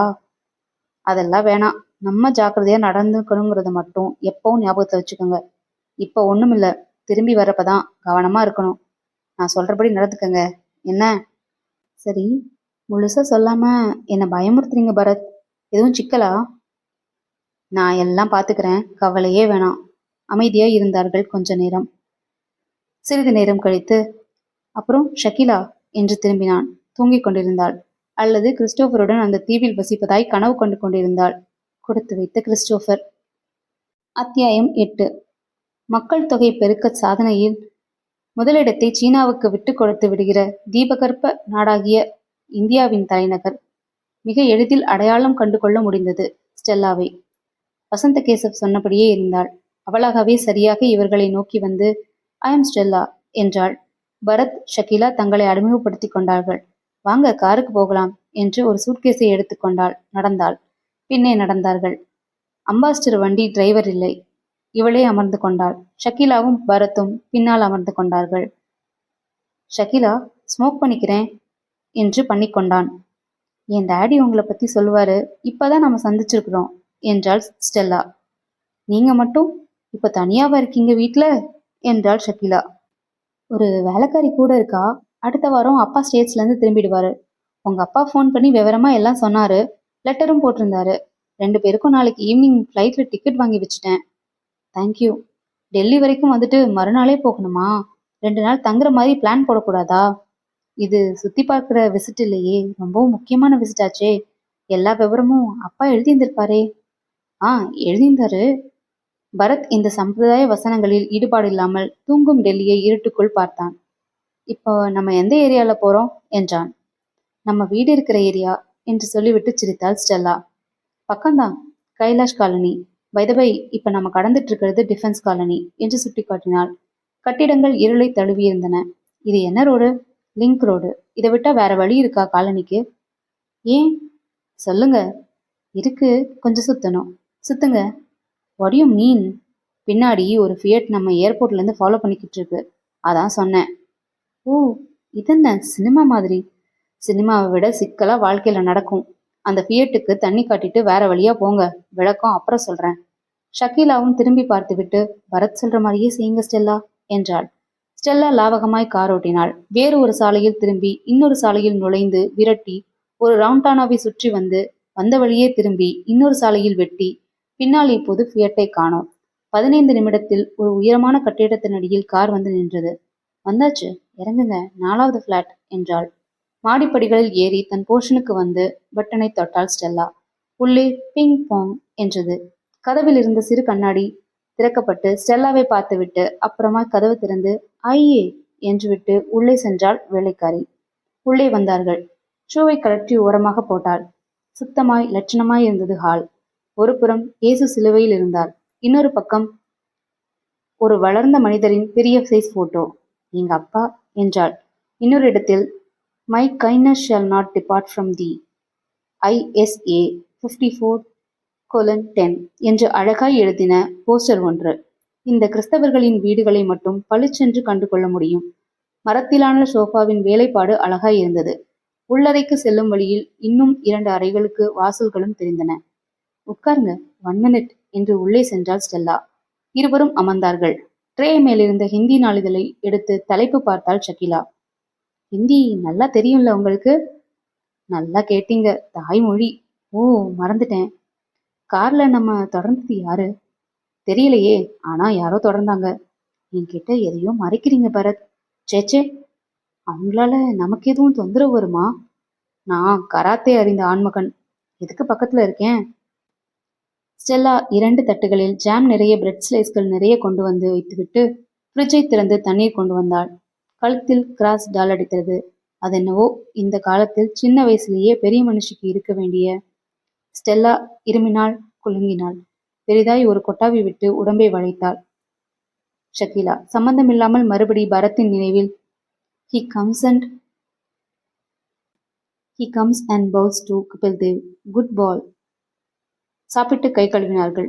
பரத், இதோ இந்த ரூம்லயே படுத்துக்கலாம். ஷகிலா, நீங்க என்னோட படுத்துக்கலாம். ஒரு 10 மினிட்ஸ் இருங்க, ப்ரே பண்ணிட்டு வந்துடுறேன் என்று இன்னொரு அறைக்குள் நுழைந்தாள் ஸ்டெல்லா. எப்ப எடுக்கிறது வைரங்களை என்றாள் ஷகிலா. இப்பவே எடுத்துடலாமே. எங்க வச்சிருக்கிறாரா என்றாள் ஷகிலா. வாட், என்ன கேட்டீங்க? எங்க வச்சிருக்காரா? என்னையா கேக்குறீங்க? Shakila, are you playing? இல்ல பரத், அப்பா சொன்னாரு எந்த இடத்துல இருக்குங்கிறத பரத் கிட்ட சொல்லியிருக்கேன்னு. மை காட், என்கிட்ட சொன்னப்போ எந்த இடம்னு நான் ஷகிலா கிட்ட சொல்லி அனுப்புறேன்னு சொன்னார். பரத், உளறீங்க இல்ல பொய் சொல்றீங்க? நோ ஷகிலா, உங்ககிட்ட சொல்றதான் சொன்னார். பின்ன ஏன் என்கிட்ட அப்படி சொன்னாரு? என்கிட்டயும் ஏன் பொய் சொன்னாரு? இதுல ஏதோ இருக்கு. சத்தியமா உங்ககிட்ட சொல்லல பரத். இல்ல, இல்ல, என்ன நம்புறீங்களா இல்லையா? நம்புறேன், என்கிட்டயும் சொல்லல பரத். ஏன்? நாம அனுப்பப்பட்ட நோக்கமே அந்த வைரங்களுக்காக தான். 2 பேருக்குமே அது இருக்குமிடம் தெரியாது. பனியா இல்ல? மறைமுகமான வார்த்தைகள்ல எதுவும் சொன்னாரா? எந்த முகத்திலையும் எதுவும் சொல்லல. ஏன் இப்படி? யோசிக்கணும். இப்ப என்ன செய்யறது பரத்? தேடலாமா? அது என்ன சோஃபாவா? பளிச்சுன்னு கண்ணிலே பட. தேடலாம் முடியாது. 2 பேர்கிட்டையும் சொல்லாதனால ஏதோ விஷயம் இருக்கு என்று பரத் சொன்னபோது ஆமா என்று வந்தாள் ஸ்டெல்லா. அவளையே பார்த்தார்கள். நான் தான் எல்லா விவரமும் சொன்னார்னு சொன்னேன் இல்லையா? நானாக விஷயத்த சொல்றதுக்கு முன்னாடி நீங்க 2 பேரும் பயங்கரமா வாதங்கள்ல இறங்கிட்டீங்களே. மேலே அவள் பேச காத்திருந்தார்கள். சப்போஸ் யாராச்சும் உங்களை வழியில மிரட்டி இடத்த தெரிஞ்சுக்கிட்டா என்ன பண்றதுங்கிறதுக்காக உங்க 2 பேர்கிட்டையும் வைரம் உள்ள இடத்த சொல்லலன்னு எனக்கு எழுதியிருக்காரு வசந்தகேசவ். லெட்டர்ல எங்கே வச்சோங்கிறத சொல்லியிருந்தாரு. நானே அசந்து போயிட்டேன். ப்ரேயர் ரூம்ல ரூல் கழித்தடியில ஒரு ஹேண்டில் இருக்கு. அது அடியில நல்ல கத்தியால ஒரு ஓட்டை போட்டு மெழுகால மூடியிருந்தாங்க. லெட்டரை பார்த்துட்டு எடுத்து பீரோல வச்சிருக்கேன், வாங்க என்று ஸ்டெல்லா இன்னொரு அறைக்குள் செல்ல தொடர்ந்தார்கள். கார்ட்ரேஜ் பீரோவை திறந்து அந்த சின்ன பாட்டிலை எடுத்தாள். அதற்குள் பஞ்சு வைக்கப்பட்டு அதன் மேல் வைரங்கள் மின்னின.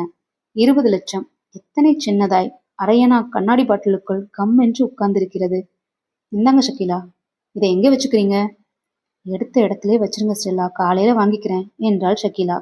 மறுபடி எடுத்த பெட்டிக்குள்ளேயே வைத்து பூட்டிவிட்டு ஸ்டெல்லா, ஓகே, ரொம்ப நேரமாச்சு, தூங்க போலாமே என்றாள். பீரோவின் சாவியை அவள் வைத்த இடத்தை பார்த்து கொண்டான் பரத். அவனுக்கு காட்டப்பட்ட அறைக்குள் வந்தான். கட்டில், கம்பளி எல்லாம் தயாராய் இருந்தன. உடை மாற்றிக்கொண்டு பாத்ரூம் சென்று வந்து கழுத்து வரை போர்த்தி கொண்டு படுத்தான். ஏர்போர்ட்டிலிருந்து துரத்தியவர்கள் பிரதாப்பின் ஆட்கள். சரி, உண்மையாய் தப்பித்து வந்தாயிற்றா இல்லையா? அப்புறம் தொடர்ந்து இந்த இடத்தை தெரிந்து கொண்டார்களா? என்ன நடக்கப் போகிறது? என்னை அத்தனை நம்ப மாட்டான் பிரதாப். மேலே ஏதாவது பிளான் போடுவான். என்ன திட்டம் போட்டிருப்பான்? இந்த டெல்லி சென்னை ரிட்டர்ன் பயணத்தில் தான் விஷயமே இருக்கிறது. வைரம் ஷகிலாவின் இருப்பது நல்லதா? நோ. நான் வைத்துக் கொள்கிறேன் என்றால் நம்புவாளா? நம்புவாள். ஆனாலும் பரத் தீர்மானித்தான். மனதில் ஒரு திட்டம் உருவமடைந்தது. அத்தியாயம் 9. பரத் தூங்கவில்லை. சரியாய் 1 மணி நேரம் போக வேண்டும். அப்புறம் எழுந்து அந்த பீரோவை திறந்து போலி வைரங்களை போட்டுவிட்டு ஒரிஜினலை பத்திரப்படுத்த வேண்டும். வைரங்கள் முக்கியம், ஷகிலாவும் முக்கியம். ஏதாவது நடந்து ஷகிலா என்னிடமிருந்து பிரிந்து விட்டாலும் ஒரிஜினல் என்னிடம் இருந்தால் நல்லது. இது ஷகிலாவுக்கே தெரியக்கூடாது. சுத்தமாய் 1 மணி நேரம் படுக்கையில் இரவு வெளுக்கொலியில் தூங்குபவன் போல் வெளியே தெரிய தூங்காமல் விழித்திருப்பது என்பது மிக கஷ்டமான ஒரு வேலை. ஏதாவது யோசிக்கலாம். இந்தியாவுக்கு எப்போது சுபிட்சம் வரும்? இந்த வேலையில்லா திண்டாட்டம் எப்போது ஒழியும்? சே, பொது பிரச்சனைகள் வேண்டாம். நான் ஊருக்கு வந்துவிட்டது தெரியாமல் தியாகு வந்து பார்த்து ஏமாந்திருப்பான். பேப்பர் பையனுக்கு சொல்லவில்லையே. நாளை காலை பேப்பர் வராந்தாவிலே காத்திருக்கும். லெட்டர் பாக்ஸை மறுபடி பூட்டினேனா இல்லையா? சே, சுவையா ஏதாவது நினைக்கலாம். சுசீலா எத்தனை சுவையான பெண். 2 சந்தர்ப்பங்களில் உதட்டின் சுவை அறிந்திருக்கிறேன். எத்தனை பிரியம் என்மேல். ஒரு தடவை ஜுரம் வந்த போது 1 மணி நேரத்துக்கு ஒரு தந்தி என தந்தி அடித்தாள். நிறைய படிக்கிற, மனசை பிரமாதமாய் புரிந்து கொள்கிற நல்ல பெண். சீக்கிரம் தாலி கட்டிவிட வேண்டும். சரி, கட்டியாச்சு. அன்றைக்கே முதலிரவாம். பேண்ட் பனியன் போட்டுக்கொண்டு வந்து நிற்பாளோ? அடுத்த முறை சந்திக்கும் போது இடுப்பு பக்கமாக 1 மணி நேரம் ஆகியிருந்தது. கம்பளியை விலக்கிவிட்டு மெல்ல எழுந்தான். தன் சூட்கேஸை திறந்து சோப்பு டப்பா எடுத்து அதற்குள்ளிருந்து பிரதாப் கொடுத்த கற்களை எடுத்துக்கொண்டான். பையன் நடந்து அறையின் கதவை மில்லிமீட்டராக திறந்து மெதுவாக ஹாலை எட்டி பார்த்தான். யாரும் இல்லை. எதிரறையில் நைட் லேம்ப் எரிவது தெரிந்தது. வெளியே வந்தான். எதிரறைக்குள் ஒரு முறை லேசாய் எட்டி பார்த்தான். ஸ்டெல்லா, ஷகிலா என்ற 2 லாக்களும் தலைவரை போர்த்தி வளைவுகள் உயர்ந்து தாழ உறங்கிக் கொண்டிருக்க, இந்த லா மெதுவாய் காத்ரேஜ் பீரோ இருந்த அடுத்த அறைக்கு நடந்தான். கைலியை தாழ்பால் மேல் போட்டு மெல்ல மெல்ல விளக்கி உள்ளே வந்தான். மூலையில் இருந்த ட்ரெஸ்ஸிங் மேஜையை நெருங்கி அதன் டிராயரை திறந்து அங்கே இருந்த சாக்லேட் பெட்டியை திறந்து சத்தம் வராமல் சாவியை எடுத்தான். இந்த வேலை செய்யலாமா? ஆபத்துக்கு பாவமில்லை என்று இந்த மாதிரி சந்தர்ப்பத்திற்கு உதவத்தானே பெரியவர்கள் சொல்லிவிட்டு போய் சேர்ந்திருக்கிறார்கள். சோ தப்பில்லை. பீரோவை திறந்து உள்ளாக்கரை திறந்து நகைப்பெட்டியை திறந்து பாட்டிலை திறந்து பஞ்சு சுருளை வெளியே இழுத்து உள்ளங்கையில் கொட்டி கொண்டான். வைரங்கில் ஜன்னல் வழியாய் வந்த ஏதோ ஒரு வெளிச்சத்திலும் பிரமாதமாய் மின்னிய மினி நட்சத்திரங்களை பாலித்தீன் பையில் போட்டு பாக்கெட்டில் வைத்துக்கொண்டு பஞ்சில் பிரதாப்பின் கற்களை வைத்து பாட்டிலில் வைத்து எல்லாவற்றையும் முன்போல் வைத்துவிட்டு அறையை விட்டு வெளியேறினான். மறுபடி லாக்களை எட்டி பார்த்தான். இப்போது ஷகிலாவுக்கு போர்வை தப்பு தப்பாய் விலகியிருந்தது. It is going to be 4 runs. Very good off drive by Viswanath. The ball. தன் அறைக்கு வந்து கதவை சாத்தி கொண்டான். அறையில் ஒரு மேஜை இருந்தது. மேஜையில் ஒரு மேஜை விளக்கு இருந்தது. அதை போட்டுக்கொண்டு நாற்காலியில் அமர்ந்தான். இப்போது இந்த வைரங்களை எங்கே வைத்துக் கொள்ளலாம்? சிகரெட் ஒன்று கொளுத்தி கொண்டான். உடனே ஐடியா மின்ன சிகரெட் பாக்கெட்டை எடுத்து 2-3 சிகரெட்டை எடுத்தான். மிக பொறுமையாக புகையிலை தூள்களை வெளியே கொட்டிவிட்டு ஒவ்வொரு சிகரெட்டிலும் 6 வைரங்களை உள்ளே போட்டான். மறுபடி புகையிலை தூள்களை நிரப்பினான். சரியாய் 1/2 மணி நேரமானது. சிகரெட் பாக்கெட்டில் சிகரெட்டுகளை போட்டு கலர்ச்சியை மாட்டிய சட்டை பையில் வைத்துவிட்டு தன் பேண்டில் இருந்த பெல்ட்டை கலற்றினான். தனியாக பெல்ட்டின் உள்பகுதியில் ஜிப் இருந்தது. தான் வாங்கிய 24 கற்களில் 12 எடுத்து ஜிப்பை திறந்து சிறு அறைக்குள் போட்டு ஜிப்பை மூடி மறுபடி பெல்ட்டை பேண்டில் நுழைத்து வைத்தான்.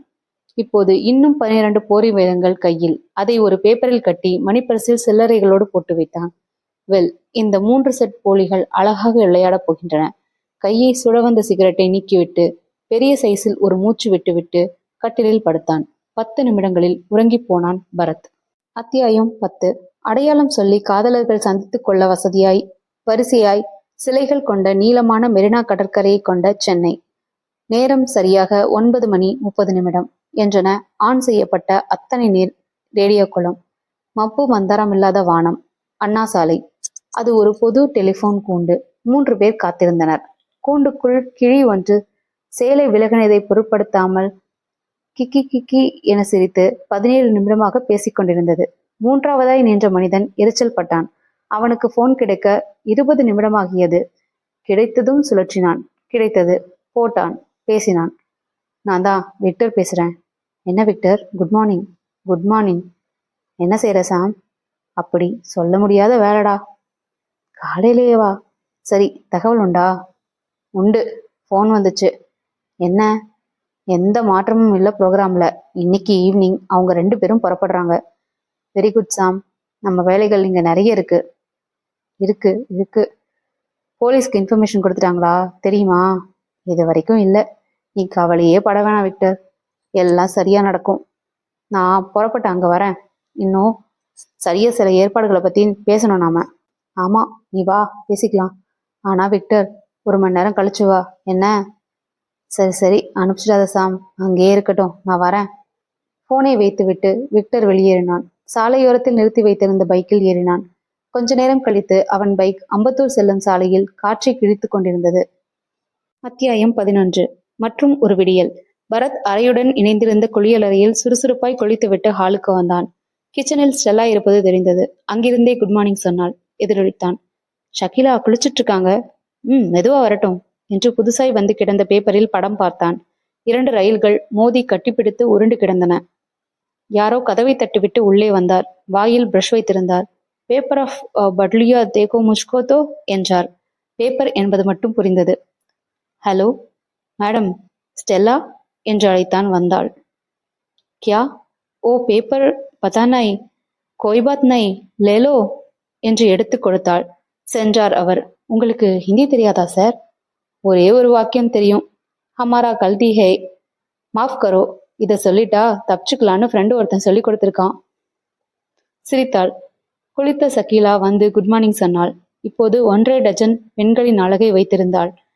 பேண்ட்டும் சட்டையும் போட்டிருந்தாள். சட்டையின் பாக்கெட் பகுதியில் பொடி பொடியாய் என்னவோ எழுதியிருக்க கூர்ந்து பார்த்தான்.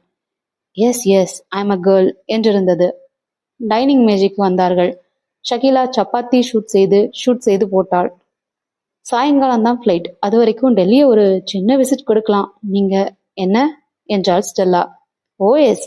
10 மணிக்கு காரில் அவர்கள் புறப்பட்டார்கள். இப்போ என்ன ப்ரோக்ராம் என்றாள் ஷக்கீலா. முதல்ல குதுப் மினார் போலாம்.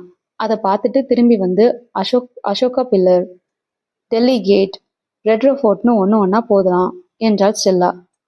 தேக்கா ஷக்கீலா இதழ். நோ. எனக்கு முன்னாடி நீங்க 2 பேரும் ஹிந்தி பேசினா நான் வரல உங்க கூட என்றான் பரத். சரி, பேசல. இதுதான் அரவிந்த ஆசிரமம். திரும்பி வர்றப்ப பார்க்கலாம். கார் குதுப்பினாரை நோக்கி சென்று கொண்டிருக்க ரியர் வியூ கண்ணாடியில் பரத் அந்த காரை மறுபடி பார்த்தான். நேற்று பார்த்த தொடர்ந்து வந்த அதே பச்சை நிற ஃபியட். நேற்று ஏமாற்றி விட்டாயிற்று என்று நினைத்தது தவறு. பிரதாப்பின் ஆட்கள் ரொம்ப கெட்டி. என்ன செய்வார்கள்? சும்மா பின்னாலே வருவார்களா? நான் எங்கும் ஓடிப்போகாமல் இருக்க இந்த ஏற்பாடோ? நான் ஏன் ஓடப்போகிறேன்? நான் எங்கே போகிறேன்? என்னென்ன செய்கிறேன் என்பதை விமானம் ஏறும் வரை கவனிக்கப் போகிறார்கள். கவனிக்கட்டுமே. அப்புறம் அவர்கள் போன ஒவ்வொரு இடத்திலும் அந்த காரை பார்த்தான் பரத். அதில் இருந்தவர்களை அடையாளமாக பார்த்து கொள்ள முடியாமல் மிக தூரத்தில் காரை நிறுத்தி தூரத்தில் தொடர்ந்தார்கள். மதியம் ஒரு ஹோட்டலில் சவுத் இந்தியன் மீல்ஸ் சாப்பிட்டு பெட்ரோல் அழைத்து கொண்டு மேலும் கொஞ்சம் சுற்றி கன்னாட் பிளேஸ் வந்து ஷாப்பிங் செய்த போது ஸ்டெல்லாவையும் ஷக்கீலாவையும் கூட்டத்தில் தவற விட்டு தவித்தான். தலையில் முண்டாசு கட்டிய ஒருத்தன் அருகில் வந்தான். தன் அரை கோட் பாக்கெட்டில் ஒரு கையை செலுத்தி கொண்டே மெல்ல 10 ரூபியா ஹோகையா என்றான். 10 என்றால் 10 புரிகிறது. ரூபியா என்றால் பணம் தெரிகிறது. 10 என்றால் 10 × 10. 100 ரூபாய் எடுத்துதா, இல்லாவிட்டால் கொலை செய்து விடுவேன் என்று ரிவால்வரில் கை வைக்கிறானோ? நை நை என்றான் கோபமாய். அவன் நகர்ந்து விட்டான். மறுபடி தவறவிட்ட லாக்களை கண்டுபிடித்து சொன்னபோது சிரி என்று சிரித்தார்கள். 10 ரூபாய் நோட்டு இருக்குமான்னு உங்ககிட்ட சில்லற கேட்டிருக்கான் அந்த ஆளு. ஊருக்கு போனவுடன் 30 நாளில் ஹிந்தி புத்தகம் உடனடியாக வாங்குதல் வேண்டும் என்று தீர்மானித்து கொண்டான். சரி, டைம் ஆச்சு. வீட்டுக்கு போய் ஃபேஸ் வாஷ் பண்ணி ட்ரெஸ் சேஞ்ச் பண்ணி புறப்பட்டா டைம் சரியா இருக்கும் என்றாள் ஸ்டெல்லா. கார் காலனியை நோக்கி திரும்பியது. பச்சை ஃபியட்டின் டயர்களும் திரும்பின. கைலாஷ் காலனி. காரிலிருந்து இறங்கி மேலே வந்தார்கள். வேலைக்காரி இந்தியில் ஏதோ செய்தி சொன்னாள் ஸ்டெல்லாவிடம். என் ஃப்ரெண்டு ஒருத்தி ஃப்ரீதான்னு அவ ஃபோன் செஞ்சாலாம். ஈவினிங் வீட்டில் ஏதோ பார்ட்டின்னு. Humbug girl. ஃப்ரெண்டுன்னு சொல்றீங்க, அப்புறம் திட்டுறீங்களே என்றாள் ஷக்கீலா. ஃப்ரெண்டுனா அவகிட்ட உள்ள நல்ல குணங்களை பாராட்டுறப்போ கெட்ட குணங்களையும் சுட்டி காட்ட தானே வேணும். அது மட்டும் என்னால முடியாது. என் ஃப்ரெண்டு கல்பனா கிட்ட சில கெட்ட குணங்கள் இருக்கு. ஆனா என்னால அதை சுட்டி காட்டவே முடியாது. ரொம்ப தயங்குவேன். யாரு கல்பனா என்றான் பரத். சொன்னனே, என் ஃப்ரெண்டு. என்ன பண்றாங்க? பாண்டி பஜார்ல பாபுலால் அன்கோன்னு ஒரு கடையில சேல்ஸ்க்காக தான் ஒர்க் பண்றா. படு அரட்டை. சேர்ந்து வெளியே போனா தன் பர்ஸை திறக்கவே மாட்டா. ஒரு தடவை நான் ஒன்று நிச்சயமா உணர்றேன் என்றான் பரத் திடீரென்று. என்ன? இப்போ சுத்தமா நாம இந்த கதைக்கு சம்பந்தம் இல்லாம பேசி ரீடர்ஸை ஓரடிச்சிட்டு இருக்கோம். சிரித்தார்கள். வாட்சை பார்த்துவிட்டு பதறி பாத்ரூம் ஓடினாள் ஷக்கீலா. 20 நிமிடங்கள். புறப்பட தயாராய் கடைசி நேர சின்ன சின்ன வேலைகள் செய்தார்கள். ஷக்கீலா மறந்து போன பிரஷை எடுத்து வந்து வைத்துக் கொண்டாள். பரத் ஈர ஜட்டியை கவரில் போட்டு சூட்கேஸில் வைத்தான். வாங்க என்றாள் ஸ்டெல்லா. மூவரும் காட்ரேஜ் பீரோ இருக்கும் அறைக்குள் சென்றார்கள். கதவை சாய்த்துவிட்டு கதவை திறந்தாள். முன்னது வாசல், பின்னது பீரோ. பாட்டிலோடு வைரங்களை பார்த்து பரத் சிரித்து கொண்டான். எடுத்து ஷக்கீலாவிடம் நீட்டினாள் ஸ்டெல்லா. ஷக்கீலா, என் பாரம் தீர்ந்தது. இனி உங்கள் பொறுப்பு. பத்திரம் பத்திரம். எங்க வச்சுக்க போறீங்க? இதுக்காகவே நான் என் பிராவ்ல சின்ன பை வச்சு தச்சிருக்கேன். அதுல வச்சுக்க போறேன். பஞ்சோட சேர்த்து வச்சுக்கோங்க ஷக்கீலா, குத்தும். ஷக்கீலா வாங்கி கொண்டாள். பரத்தை பார்த்தாள். நான் வெளியில இருக்கேன். வெளியில வந்து ஒரு சிகரெட் எடுத்துக்கொண்டான். கிறிஸ்டோபருக்கு பிறகு கொடுத்து வைத்தவை வைரங்கள். சே, இல்லை, கண்ணாடி கற்கள்.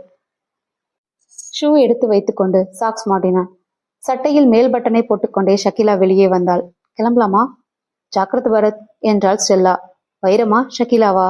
வைரங்கள் ஜாக்கிரதையா இருக்கான்னு அடிக்கடி தொட்டு தொட்டு பாத்துக்கிறேன். கவலையே படாதீங்க என்று சொல்லவில்லையே.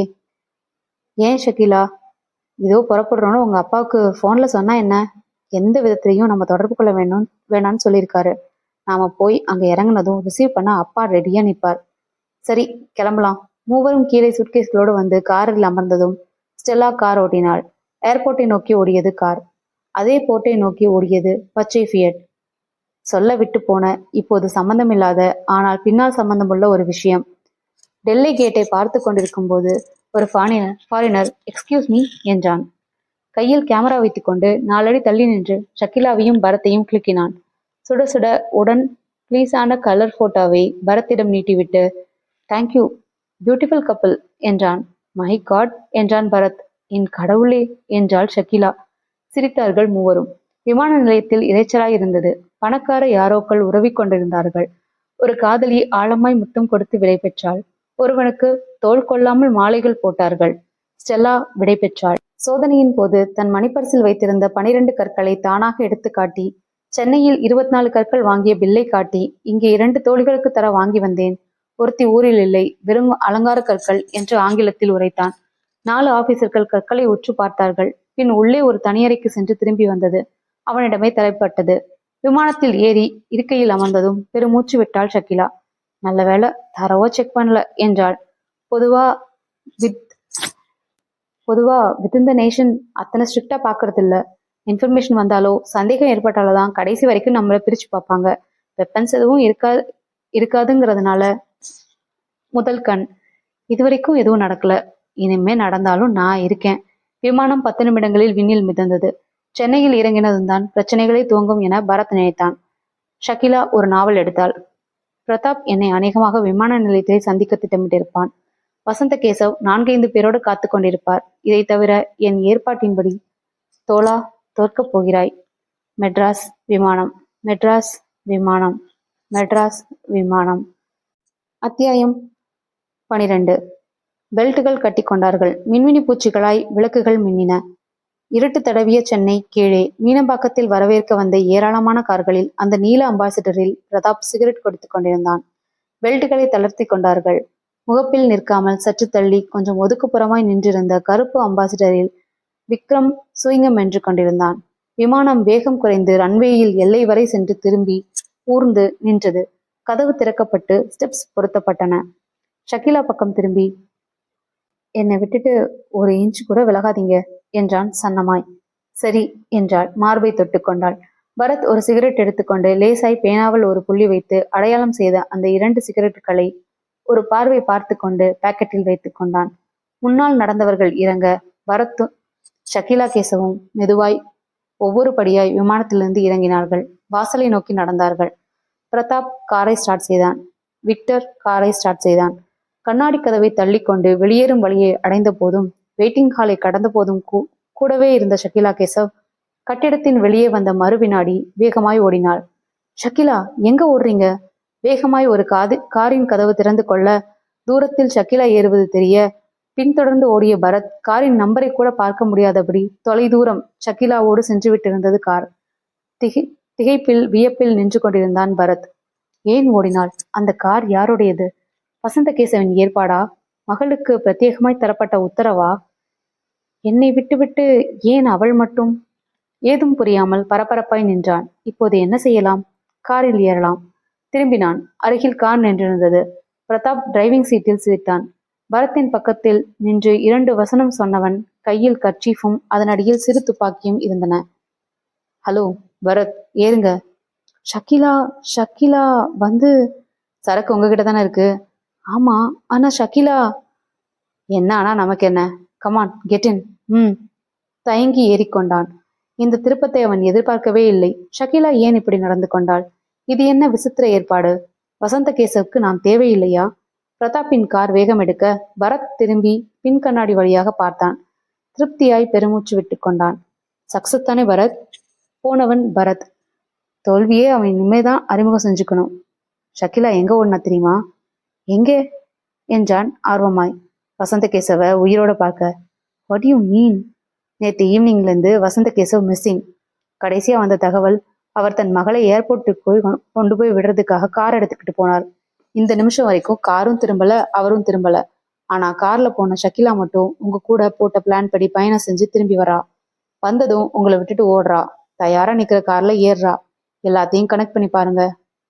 மை காட், அப்போ வசந்த கேசவை யாரோ கடத்திட்டாங்களா? அப்படித்தான் அர்த்தம்.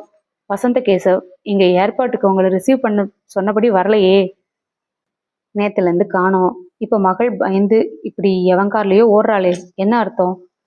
நேத்து ஏர்போர்ட்டுக்கு போற வழியில வசந்த கேசவையும் ஷக்கிலாவையும் காரோட மடக்கி எங்கேயோ அழைச்சிட்டு போய் வசந்த கேசவை கட்டி போட்டுட்டு ஷக்கிலாவை மிரட்டி வைரங்களோட திரும்பி வந்து அதை கொடுத்தப்புறம் தான் அப்பா உயிரோட பார்க்கலான்னு மிரட்டி இருக்காங்கன்னு புரியுது.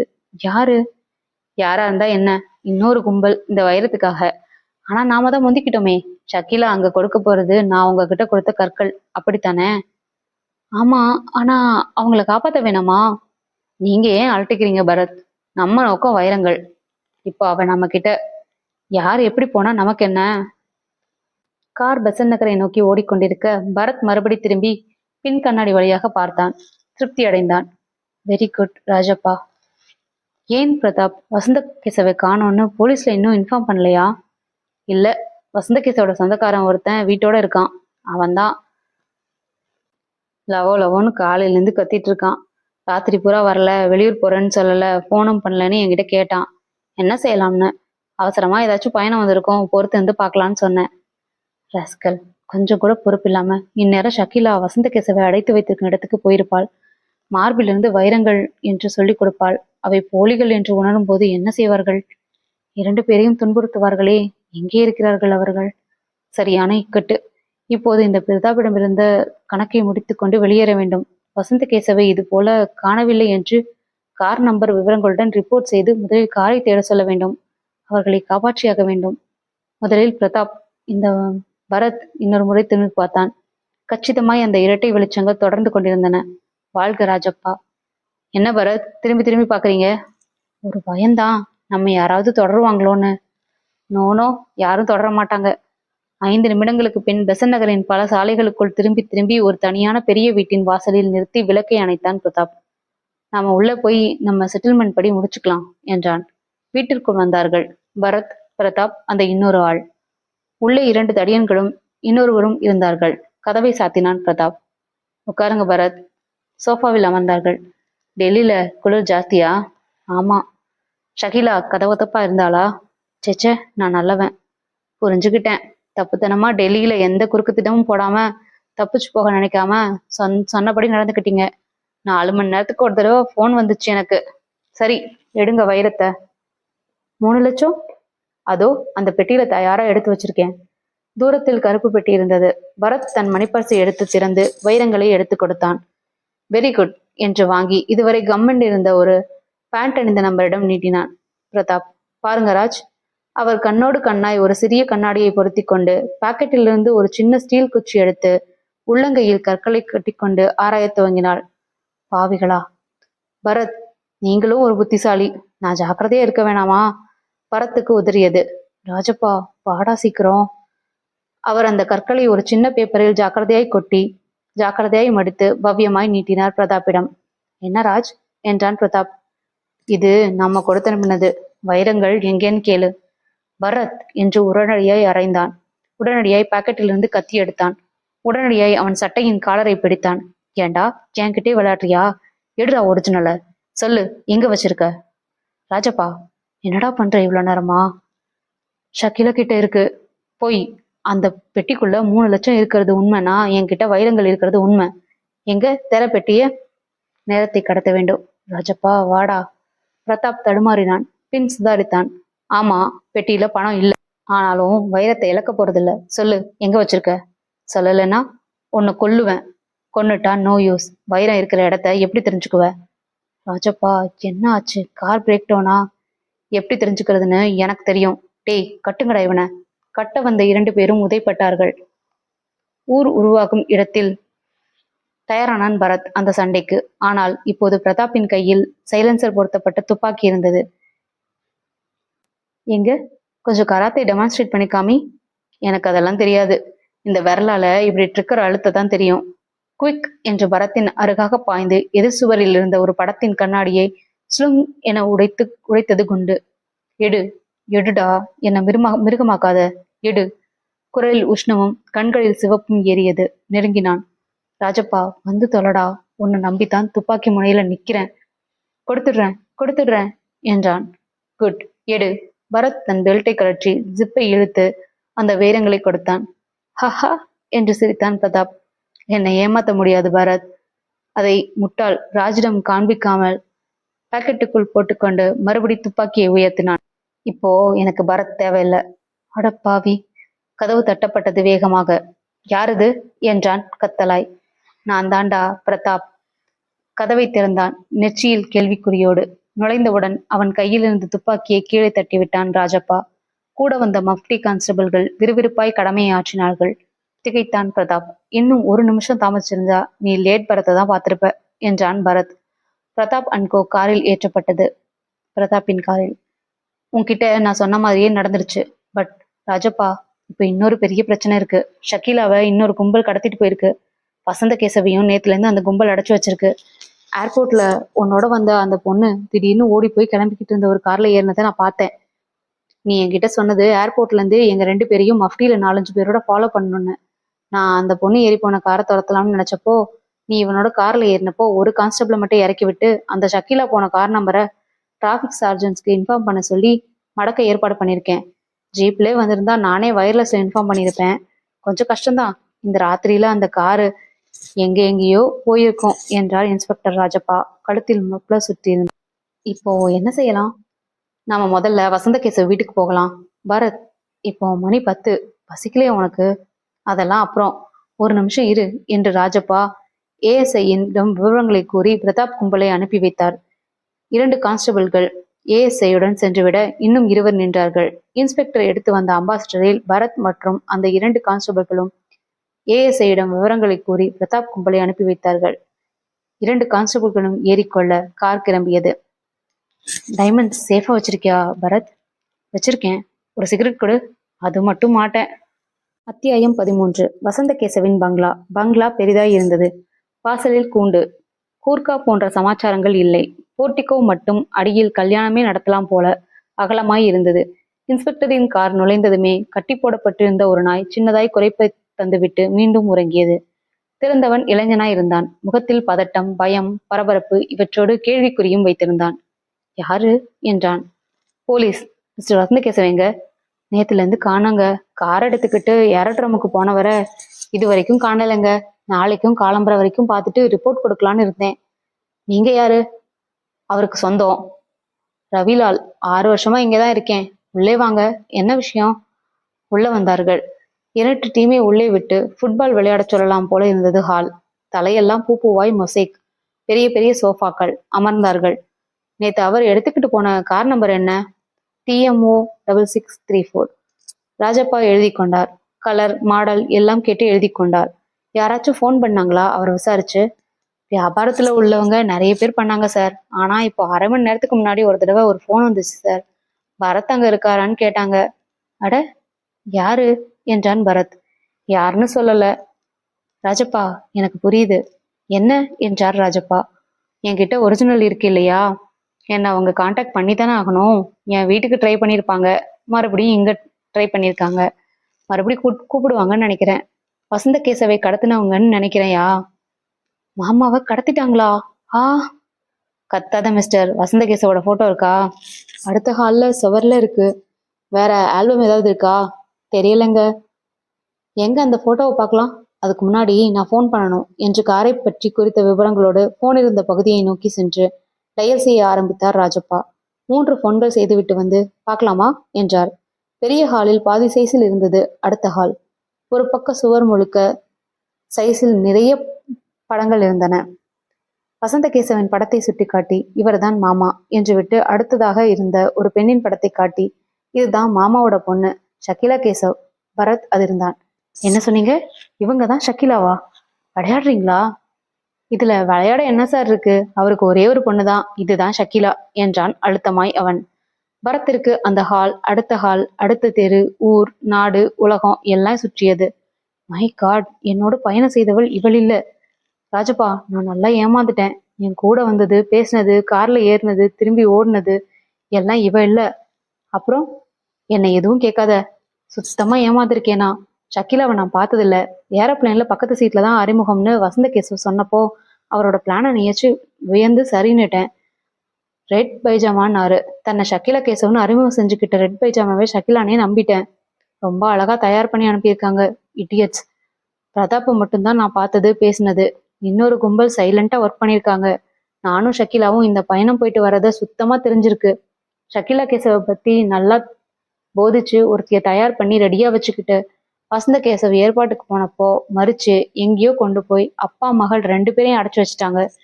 எல்லா இன்ஃபர்மேஷன்களையும் துப்பாக்கி முனையில வரவழைச்சிருக்கலாம்.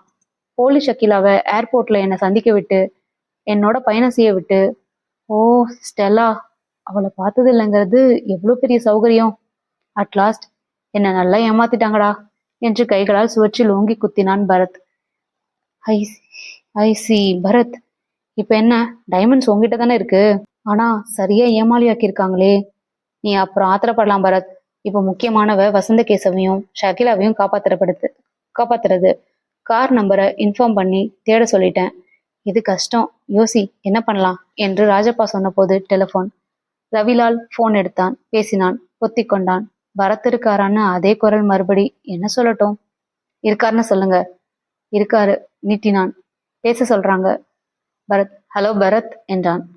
சாமர்த்தியசாலி பரத் அப்படின்னு நினைப்பா என்றது ஆண் குரல். யார் நீங்க?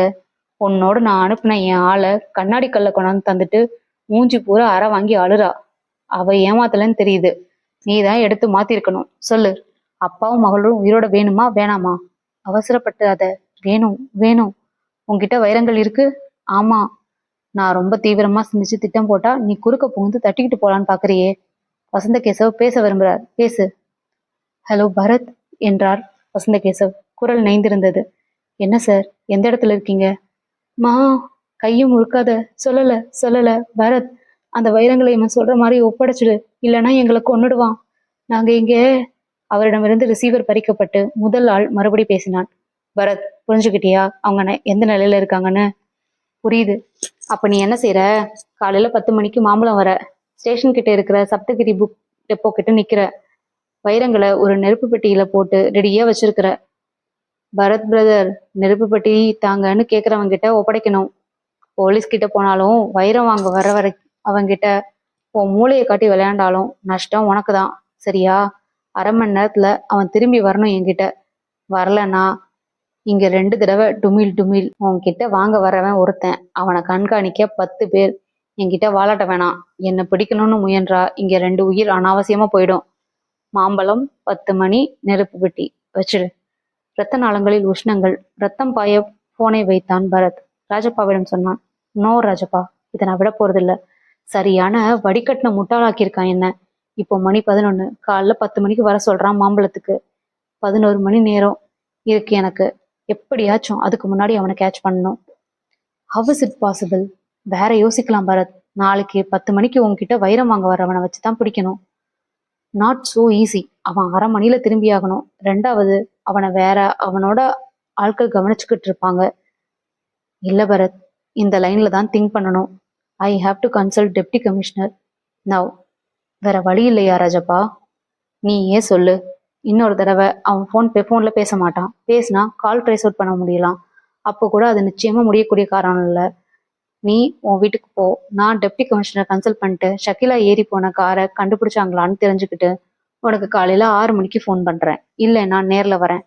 I will come with a plan. நீயும் ஏதாச்சும் யோசி. இப்போ இந்த நேரத்துல வேற எதுவும் நம்ம செய்ய முடியாது. You need rest. வா, உன்னை வீட்டுல விட்டுட்டு போறேன். காரில் பயணமாகும் போது மனமெல்லாம் எரிந்தான். இத்தனை மடத்தனமாக ஏமாந்த வரைக்கும் அவனை வேறு வழியில், ஏதாவது ஒரு வழியில் காரைக்குள் கண்டுபிடிக்க வேண்டும்.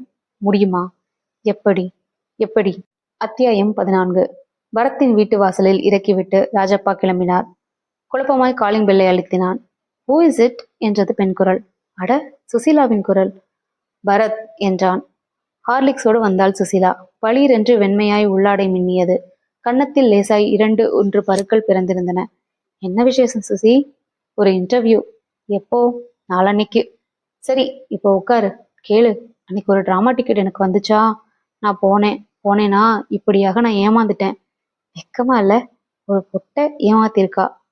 மாதர் தம்மை கும்பிடணும் சுசி, இழிவா பேசாத. அதுவும் இன்னொரு மாதே அப்படி பேசலாமா? இப்போ என் ஐடியா என்னன்னா, அந்த டூப்போட அட்ரஸை கண்டுபிடிச்சு அதுலேருந்து கும்பலையே பிடிச்சிடலாம். என்கிட்ட அவ தன்னை ஷக்கிலா கேசவனு பொய்யா அறிமுகப்படுத்திட்டு கடைசி வரை நடிச்சிட்டா. தான் சம்மந்தப்பட்ட எந்த உண்மையும் சொல்லல. Every thing about Shakeela Keshav தான் இல்லையா? ஆனா தன்னையும் அறியாம தன்னை பற்றி ஒரு இடத்துலாவது உண்மையை சொல்லியிருக்க கூடாது. ஏன்? புரியலையே. சில சமயங்கள்ல சில விவரங்களை மறைக்காம பொய் பேசாம நம்ம சொல்லிடுவோம் இல்லையா? அது மாதிரி இந்த பயணம் முழுக்க அவ எவ்வளவோ பேசியிருக்கா. எங்கேயாவது உண்மை இருக்கணும். இன்னும் புரியல. உதாரணமா, என்னோட ஃப்ரெண்டு கல்பனான்னு ஒருத்திய பத்தி எதுக்கோ பேச்சு வந்தப்போ சொன்னான். ஒன்னும் வேணும்னே சொல்லியிருக்க வேண்டிய விஷயம் இல்ல.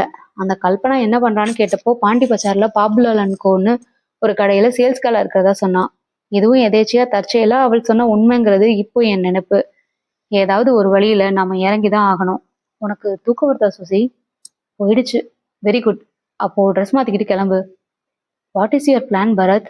Pandi Bazaar, Babulal and Co. உங்களுக்காக இப்ப நடுநிசையில திறந்து வச்சிருப்பானா? மாட்டான். பின்ன பாபுலால் கடையின் முதலாளி வீடு தெரிஞ்சுக்கிட்டு போய், இன்னைக்கு சிவராத்திரி தான், வேற வழி இல்ல சுசி. குளிர்து சுசி, இன்னும் இறுக்கமா கட்டி பிடிச்சுக்கோ சுசி. திமிர் குறையவே இல்லை என்று இடுப்பில் கிள்ளினாள். பாண்டி பஜார் வந்தார்கள். பாபுலால் அண்ட் கோ நிறுத்தினான். ஜெனரல் ஸ்டோர்ஸ் என்பது போர்டிலிருந்து தெரிந்தது. சுற்றிலும் பார்த்தான். அருகாமையில் ஒரு வீடு தெரிந்தது. வாசலில் ஒருத்தர் தன் சைக்கிளை வாசலில் வைத்துவிட்டு வாசலில் நின்று கதவை தட்டி கொண்டிருந்தார். பரத் வேகமாய் அவரை நெருங்கினான். ஹலோ, எக்ஸ்கியூஸ் மீ, இந்த பாபுலால் அண்ட் கோ இருக்குது இல்லையா? அதோட ஓனர் யாரு? பாபுலால். அவரை இப்போ உடனடியா பார்க்கணும். அவர் வீட்டு அட்ரஸ் தெரியுமா? தெரியாதுங்களே. என்ன விஷயம்? ரொம்ப முக்கியமான விஷயம். அப்ப பேசாம ஃபோன் பண்ணிடுங்களேன். ஃபோன் நம்பர் தெரியாதே. போர்ட்லேயே ரெசிடென்ஸ் நம்பர் போட்டிருக்கோம் சார். ஓ, தேங்க்யூ. ஆனா இப்போ ஃபோன் வேணுமே. என் வீட்டில் ஃபோன் இருக்கு. ஐ அலவ் யூ. நம்பர் பார்த்துட்டு வாங்க. Thank you so much. பரத் வேகமாக கடையின் வாசலுக்கு ஓடி வந்து ஃபோன் நம்பரை தேடினான். போர்டில் இருந்தது. பார்த்து கொண்டான். மறுபடி அவர் வீட்டுக்கு வந்தான் பரத். பாபுலாலின் வீட்டு நம்பரை சுற்றினான். பரத் காத்திருந்தான். பான்ஸ் டப்பாவில் மண் அடைத்து விதை போட்டு ஒரு சின்ன செடி வளர்ந்திருந்தது ஜன்னலில். போன் ஸ்டாண்டுக்கு மேல் சுவரில் பென்சிலில் சுமார் 1000 போன் நம்பர்கள் இருந்தன. எதிர்முனையில் எடுக்கப்பட்டது. ஹலோ, மிஸ்டர் பாபுலால் இருக்காரா? பேசுறேன். Who are you? சார், தொந்தரவு கொடுக்கறதுக்கு சாரி. என் பேர் Bharat. Connect with police. What? போலீஸா? என்ன என்ன? ஒன்றும் பதற வேண்டியதில்லை. உங்கள் கடையில் வேலை பார்க்குற கல்பனாங்கிறவங்களோட அட்ரஸ் வேணும் எங்களுக்கு உடனே. என்ன விஷயம் சார்? ஒரு இன்வெஸ்டிகேஷன் தொடர்பாக அவங்க தேவைப்படுறாங்க. கல்பனா உங்கள் கடையில் வேலை பார்க்குறாங்க இல்லையா? ஆமாம். சொல்லுங்க அவங்க அட்ரஸை. பக்கத்தில் தான், பரோடா ஸ்ட்ரீட்டில் இருக்கா. அப்பா பேர் கிருஷ்ணசாமி, ரிட்டையர்ட் டீச்சர். என்ன பிரச்சனை? Nothing serious. தொல்லைப்படுத்தினதுக்கு சாரி, இன்ஃபர்மேஷனுக்கு தேங்க்ஸ் என்று வைத்தான். இப்போ நேராக பரோடா ஸ்ட்ரீட். இது நல்ல அப்ரோச். ஆனால் பயன் கிடைக்குமான்னு தெரியல என்றாள் சுசீலா. நிச்சயமா பலன் இருக்கும். Don't worry. இப்போ மணி 1 ஆக போகுது. டூப் ஷக்கிலா அவளோட இருப்பிடத்துக்கு அனுப்பப்பட்டிருப்பாங்கிற நம்பிக்கையில தான் இந்த வழியில இறங்குறேன். பார்க்கலாம். வாயில் வீடியோடு சாடையோரம் அதிகாலை கடன் செய்து கொண்டிருந்தவன் படக்கென்று எழுந்து கொண்டான். ஏன்பா, இங்க கிருஷ்ணசாமின்னு ரிட்டையர்ட் டீச்சர் வீடு எது? நீல கலர்ல கம்பி கேட் போட்டிருக்கு பாருங்க, அந்த வீடுதான். பரத் அவனை கடந்து கம்பி கேட் போட்ட வீட்டை நோக்கி செல்ல அவன் மறுபடி கொஞ்சம் தள்ளி உட்கார்ந்து கொண்டான். சார் சார் என்னை கேட்டு சத்தம் கொடுத்து கொண்டே உள் மரக்கதவு திறந்தது. என்ன? யார் வேணும்? மிஸ்டர் கிருஷ்ணசாமி நீங்க தானே? ஆமா. இன்னைக்கு ராத்திரிக்குள்ள சில பேரை அட்ரஸ் பண்ணி 2 பேரோட உயிரை காப்பாத்தி ஆகணும். அதுக்கு உங்க பொண்ணோட ஹெல்ப் வேணும். விளக்கமா சொல்ல முடியாது. அதெல்லாம் என் பொண்ணை எங்கேயும் அனுப்ப முடியாது. போங்க, போயிட்டு வாங்க. புரியாம பேசாதீங்க. உங்க பொண்ணை நான் எங்கேயும் கூப்பிடல. அவங்ககிட்ட இருந்து ஒரு அட்ரஸ் வேணும், அவ்வளவுதான். அரை மனதோடு அவர் உள்ளே போனார். அம்மா கல்பனா, எந்திரிமா. யாரோ என்று அவர் எழுப்புவது மெலிதாய் கேட்டது. கொலுசு ஒலிக்க தலைமுடியை கையால் வளைத்து செருகிக் கொண்டு கல்பனா வந்தாள். ஜாக்கெட்டில் கடைசி பட்டனுக்கு பதிலாக ஊக்கு போட்டிருந்தாள். சேலை மெலிசு, கண்மை அழிந்திருந்தது. யாரு சார் என்றால் பின்னாலேயே கொட்டாவி வந்தது. Sorry for disturbing you madam. இந்த போட்டோவை பாருங்க. இவங்க உங்க ஃப்ரெண்டு தானே? பார்த்தாள். ஆமா, ஜான்சி என் ஃப்ரெண்டு தான். அப்பாடா, இனி டூப் ஷகிலா என்று எழுத தேவையில்லை. மேடம், இந்த ஜான்சியோட அட்ரஸ் வேணும், அவ்வளவுதான். ஏன், என்ன விஷயம்? இதுல இருக்கிறது நீங்க மாதிரி இருக்கே. நான் தான் உங்க ஃப்ரெண்டு. எப்படிப்பட்டவ சொல்லுங்க. நான் ஒரு லாயர். இந்த அர்த்த ராத்திரியில உங்களை அட்ரஸ் விசாரிக்க வந்து எழுப்புறேன்னா விஷயம் எத்தனை முக்கியமானதுன்னு புரிஞ்சுக்கோங்க. அவ்வளோ நல்ல டைப் இல்லதான். சிகரெட் எல்லாம் குடிப்பா. பெங்களூர்ல இருந்தப்போ கேபரே ஆடிக்கிட்டு இருந்தா. கொஞ்ச நாள் அவங்க அண்ணன் விக்டர் ஒரு முரட்டு பைய. எனக்கும் ஜான்சிக்கும் கேரக்டர் வித்தியாசம் நிறைய. ஆனாலும் என்னால ஃப்ரெண்ட்ஷிப்பை முறிச்சுக்க முடியல. எதுலையாச்சும் மாட்டிக்கிட்டாளா? விளக்கம் கேட்காதீங்க, அட்ரஸ் சொல்லுங்க. 2 உயிரை காப்பாத்தி ஆகணும். ஐ திங்க் அவ அண்ணன் விக்டர் தான் எல்லாத்துக்கும் காரணக்கர்த்தா. சுருக்கமா சொன்னா 2 பணக்கார புள்ளிகளை கடத்தி வச்சுக்கிட்டு ஒரு பிளாக்மெயிலிங் நடக்குது. அதை முறியடிச்சு அவங்கள காப்பாத்தணும். அட்ரஸை சொன்னால் கல்பனா. அவளும் அண்ணனும் இருக்கிறது மாடியில. கீழ் வீட்டுல போன் இருக்கு. அந்த நம்பர் வேணுமா? ஐ குட்னஸ், கொடுங்க கொடுங்க. கொடுத்தாள். இங்கே பக்கத்துல போன் இருக்கா? இப்ப யார் வீட்லயும் போய் எழுப்ப முடியும்? மாம்பழம் ஸ்டேஷன்ல போனீங்கன்னா பேசலாம். தேங்க்யூ மேடம், நீங்க செஞ்ச உதவிக்கு கொஞ்ச நாள் கழிச்சு ஃப்ரீயா வந்து ஒரு தடவை தேங்க்ஸ் சொல்றேன், வரேன். பரத் வேகமாய் ஸ்கூட்டரை கிளப்பினான். வேகமாய் சுசீலா பின்னால் அமர்ந்து கொண்டாள். வேகமாக ஓடினாள். போன் பண்ணி அவ இருக்காளான்னு தெரிஞ்சுக்கணுமா? ஆமா, தெரிஞ்சுக்கிட்டு உடன் ராஜப்பாவுக்கு போன் பண்ணோம்.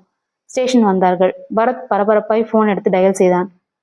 ஹலோ, டேஷ் டேஷ் டேஷ் நம்பரா? மேலே மாடியில குடியிருக்காங்களே ஜான்சின்னு, அவங்க இருக்காங்களான்னு பார்த்து சொல்லுங்களேன். ரொம்ப அவசரமா ஒரு செய்தி சொல்லியாகணும். லைன்ல இருங்க, கூப்பிடுறேன். 1/2 மணி முன்னாடி தான் கேட்டை திறந்து விட்டேன். அண்ணனும் தங்கியும் எங்கேயோ போயிட்டு வந்தாங்க. ஆக இருக்காங்க இல்லையா? வந்துட்டாங்க, கூப்பிடுறேன். வேண்டாம், கூப்பிட வேணாம். வந்தாச்சான்னு தெரிஞ்சுக்க தான் ஃபோன் செஞ்சேன். தேங்க்ஸ். நாளைக்கு காலைல பேசிக்கிறேன், வச்சுடுங்க. அவங்கள எழுப்ப வேண்டாம் என்று வைத்துவிட்டு, at last I got it, இருக்கா என்றான் பரத். இனிமேல் தான் வேலையே இருக்கு. இன்ஸ்பெக்டருக்கு ஃபோன் பண்ணுங்க. வேகமாக டயல் செய்தான். ஹலோ ராஜப்பாவா? நான் தான் பரத். உடனடியா நீ போர்வையை உருவி போட்டுட்டு பேண்ட்டை மாட்டு. ஜான்சியோட அட்ரஸ் பிரிச்சுட்டேன். யாரு ஜான்சி? டூப் சகிலா கேசவ். என்னோட பயணம் செஞ்சவ. அவளை பிடிச்சா தன்னால அந்த இடத்த தெரிஞ்சுக்கலாம். வெல்டன் பரத். எங்க இருக்க நீ? உற்சாகமாய் கேட்டது ராஜப்பாவின் குரல். இந்த அத்தியாயத்தில் நடந்த ஏராள சம்பவங்கள் நியூஸ் பிரிண்டின் விலையை உத்தேசித்து தந்தி பாஷையில் தரப்படுகின்றன. 3 ஜீப்கள், முழுக்க போலீஸ். மணி 2:30. ஜான்சியின் வீடு. ஜான்சி, விக்டர் கைது. விக்டரின் செவில் அறை அறை அறை. சொல்டாராஸ்கள். ஜான்சி கையின் முறுக்கு முறுக்கு முறுக்கு. சொல்லு, திட்டமா போடுறீங்க. மேலும் மேலும். சொல்லிடுறோம். எங்கே? அம்பத்தூர் ரோட்ல. மணி 3:10. இருள், அமைதி. போலீஸ் ஜீப்கள். சூழல் நுழைதல். குண்டர்கள், தடியர்கள், கைதுகள். வசந்த் கேசவ் கயிறுகள் கட்டவிழ்ப்பு. ஷகிலா கேசவ் துணி வாயடப்பு நீக்கல். ஆனந்த கண்ணீர். பிரபல ஹோட்டல் நுழைவு. படுக்கை சாம்பல். இன்னொருத்தி கதவடைப்பு. பிரா தேடல். விழிவிழிப்பு. திருத்திருப்பு. கையில் காப்பு. மணி 5. வசந்த கேசவ் பங்களா. ஒரிஜினல் ஷகிலா கேசவ், பரத், சுசீலா. சிகரெட் பெட்டி, 2 சிகரெட்டுகள், புகையிலை நீக்கம், வைரங்கள். நீட்டினான். இல்ல பரத், அதுவும் போலி வைரம்தான் என்றார் வசந்த கேசவ். வாட் என்று அலறினான் பரத். என்ன சொல்றீங்க சார்? பதறினான் பரத். ஆமா பரத், நீங்க இவ்வளவு சாமர்த்தியமா கொண்டு வந்த இந்த வைரமும் போலிதான். கண்ணாடி கல்லுதான். நோ சார், இதுதான் ஸ்டெல்லா வீட்டுல இருந்தது. நான் ராத்திரியில மாத்தி வச்சது. அதெல்லாம் சரி, ஸ்டெல்லா உங்ககிட்ட காட்டிட்டு இங்க இருக்குன்னு சொல்லி அலமாரில வச்சதே இது மாதிரி உங்களை செய்ய தூண்டத்தான். ஏதாச்சும் வழியில அசம்பாவிதம் நடந்து கடைசி பட்சத்துல உங்க உயிர் விலையா பேசப்படுற ஒரு சந்தர்ப்பத்துல நீங்க எதிரிகள் கிட்ட வைரங்கள் ஒப்படைப்பீங்க. அப்படியும் அந்த வைரங்கள் பறிபோக கூடாதுங்கிறதுக்காக நான் ஸ்டெல்லாவுக்கு டெல்லிக்கு முன்கூட்டியே இன்னொரு சின்ன திட்டமும் சொல்லியிருந்தேன். சாரி மிஸ்டர் பரத், உங்களுக்கே கூட தெரியாம இந்த காரியம் டெல்லியில செய்யப்பட்டுடுச்சு. என்ன அது? உங்க லெஃப்ட் ஷூவை கலட்டுங்க ப்ளீஸ். கலற்றினான். அதை வாங்கி குதிக்கால் வரைக்கும் இடத்தில் உள்ள மேல் லெதரை சட்டென்று பிடித்து பீத்தார். பீந்து கொண்டது. நேர் கீழே ஹீல்ஸ் பகுதியில் ஒரு ஓட்டை. பேனாக்கத்தியால் செய்யப்பட்டு மேலே டைட்டாய் பஞ்சு வைத்து மூடப்பட்டிருந்தது. பஞ்சை வெளியே இழுத்து உள்ளே இருந்த வைரங்களை உள்ளங்கையில் கொட்டினார். பிரமித்தான் பரத். என்னை மன்னிச்சிடுங்க பரத், உங்களை வைரங்களுக்காக அனுப்பினேன். இதுதான் வைரம்னு ஒரு போலியை அங்க ஸ்டெல்லா மூலமா உங்களுக்கும் தெரியாம வைரங்கள் தொந்தரவே செய்யப்படாம வந்து சேர்றதுக்காக ஸ்டெல்லாவை இந்த ஏற்பாடு செய்ய சொன்னேன். தயவு செஞ்சு கோவப்படாதீங்க ப்ளீஸ். உங்க பிளான் ஒன்று wonderful sir. I have to learn so many things. Airport போற வழியில காரோட நீங்க மழக்கப்படலைன்னா எந்த பிரச்சனையுமே இல்லாம இருந்திருக்கும். Now I should meet miss Shakila Keshav. ஒரு வழியா கடைசி அத்தியாயத்திலேயாவது சந்திச்சேன். ஹலோ என்றாள் ஷகிலா கேசவ். இவளை பார்த்த போதும் பரத்தின் மனதில், மணி, நீங்கள் என்ன கருதுகிறீர்கள்? அது மிக விரைவாக ஆஃப் ஸ்டெம்புக்கு தள்ளி வந்த பந்து. அதை அவர் தொட்டிருக்க கூடாது. தொட்டார். கலியில் பிடிபட்டார். மிக மிக நல்ல பந்து என்றுதான் அதை சொல்ல வேண்டும். முற்றும் இல்லை. ஸ்கூட்டரில் திரும்பும்போது பேசாமல் இருந்தாள். தன் வீட்டு வாசலில் நிறுத்திய போது பேசாமல் இருந்தாள். கதவை திறந்த போது பேசாமல் இருந்தாள். உள்ளே நுழைந்தவுடன் சட்டையின் காலரை பிடித்தாள் சுசீலா. இப்ப எனக்கு உடனடியா பதில் வேணும். 1, ஏன் அந்த ஜான்சி குரங்கோட போஸ்ட் கொடுத்தீங்க? 2, ஏன் அந்த கல்பனாவை ஓய்வா இன்னொரு தடவை வந்து பாக்குறேன்னு சொன்னீங்க? 3, அந்த ஷக்கீலாவை ஏன் அப்படி முறைச்சிங்க? பரத் என்னை பார்த்தான். Help me. அடுத்த கேள்வி கேட்கறதுக்கு முன்னாடி முற்றும் போட்டுடுங்க ப்ளீஸ் என்றான். எனவே முற்றும். இந்த கதை உங்களுக்கு பிடிச்சிருந்ததுன்னா லைக் பண்ணுங்க, ஷேர் பண்ணுங்க, சப்ஸ்கிரைப் பண்ணுங்க. உங்களோட கருத்துக்களை கமெண்ட்ஸில் தெரிவிங்க. நன்றி.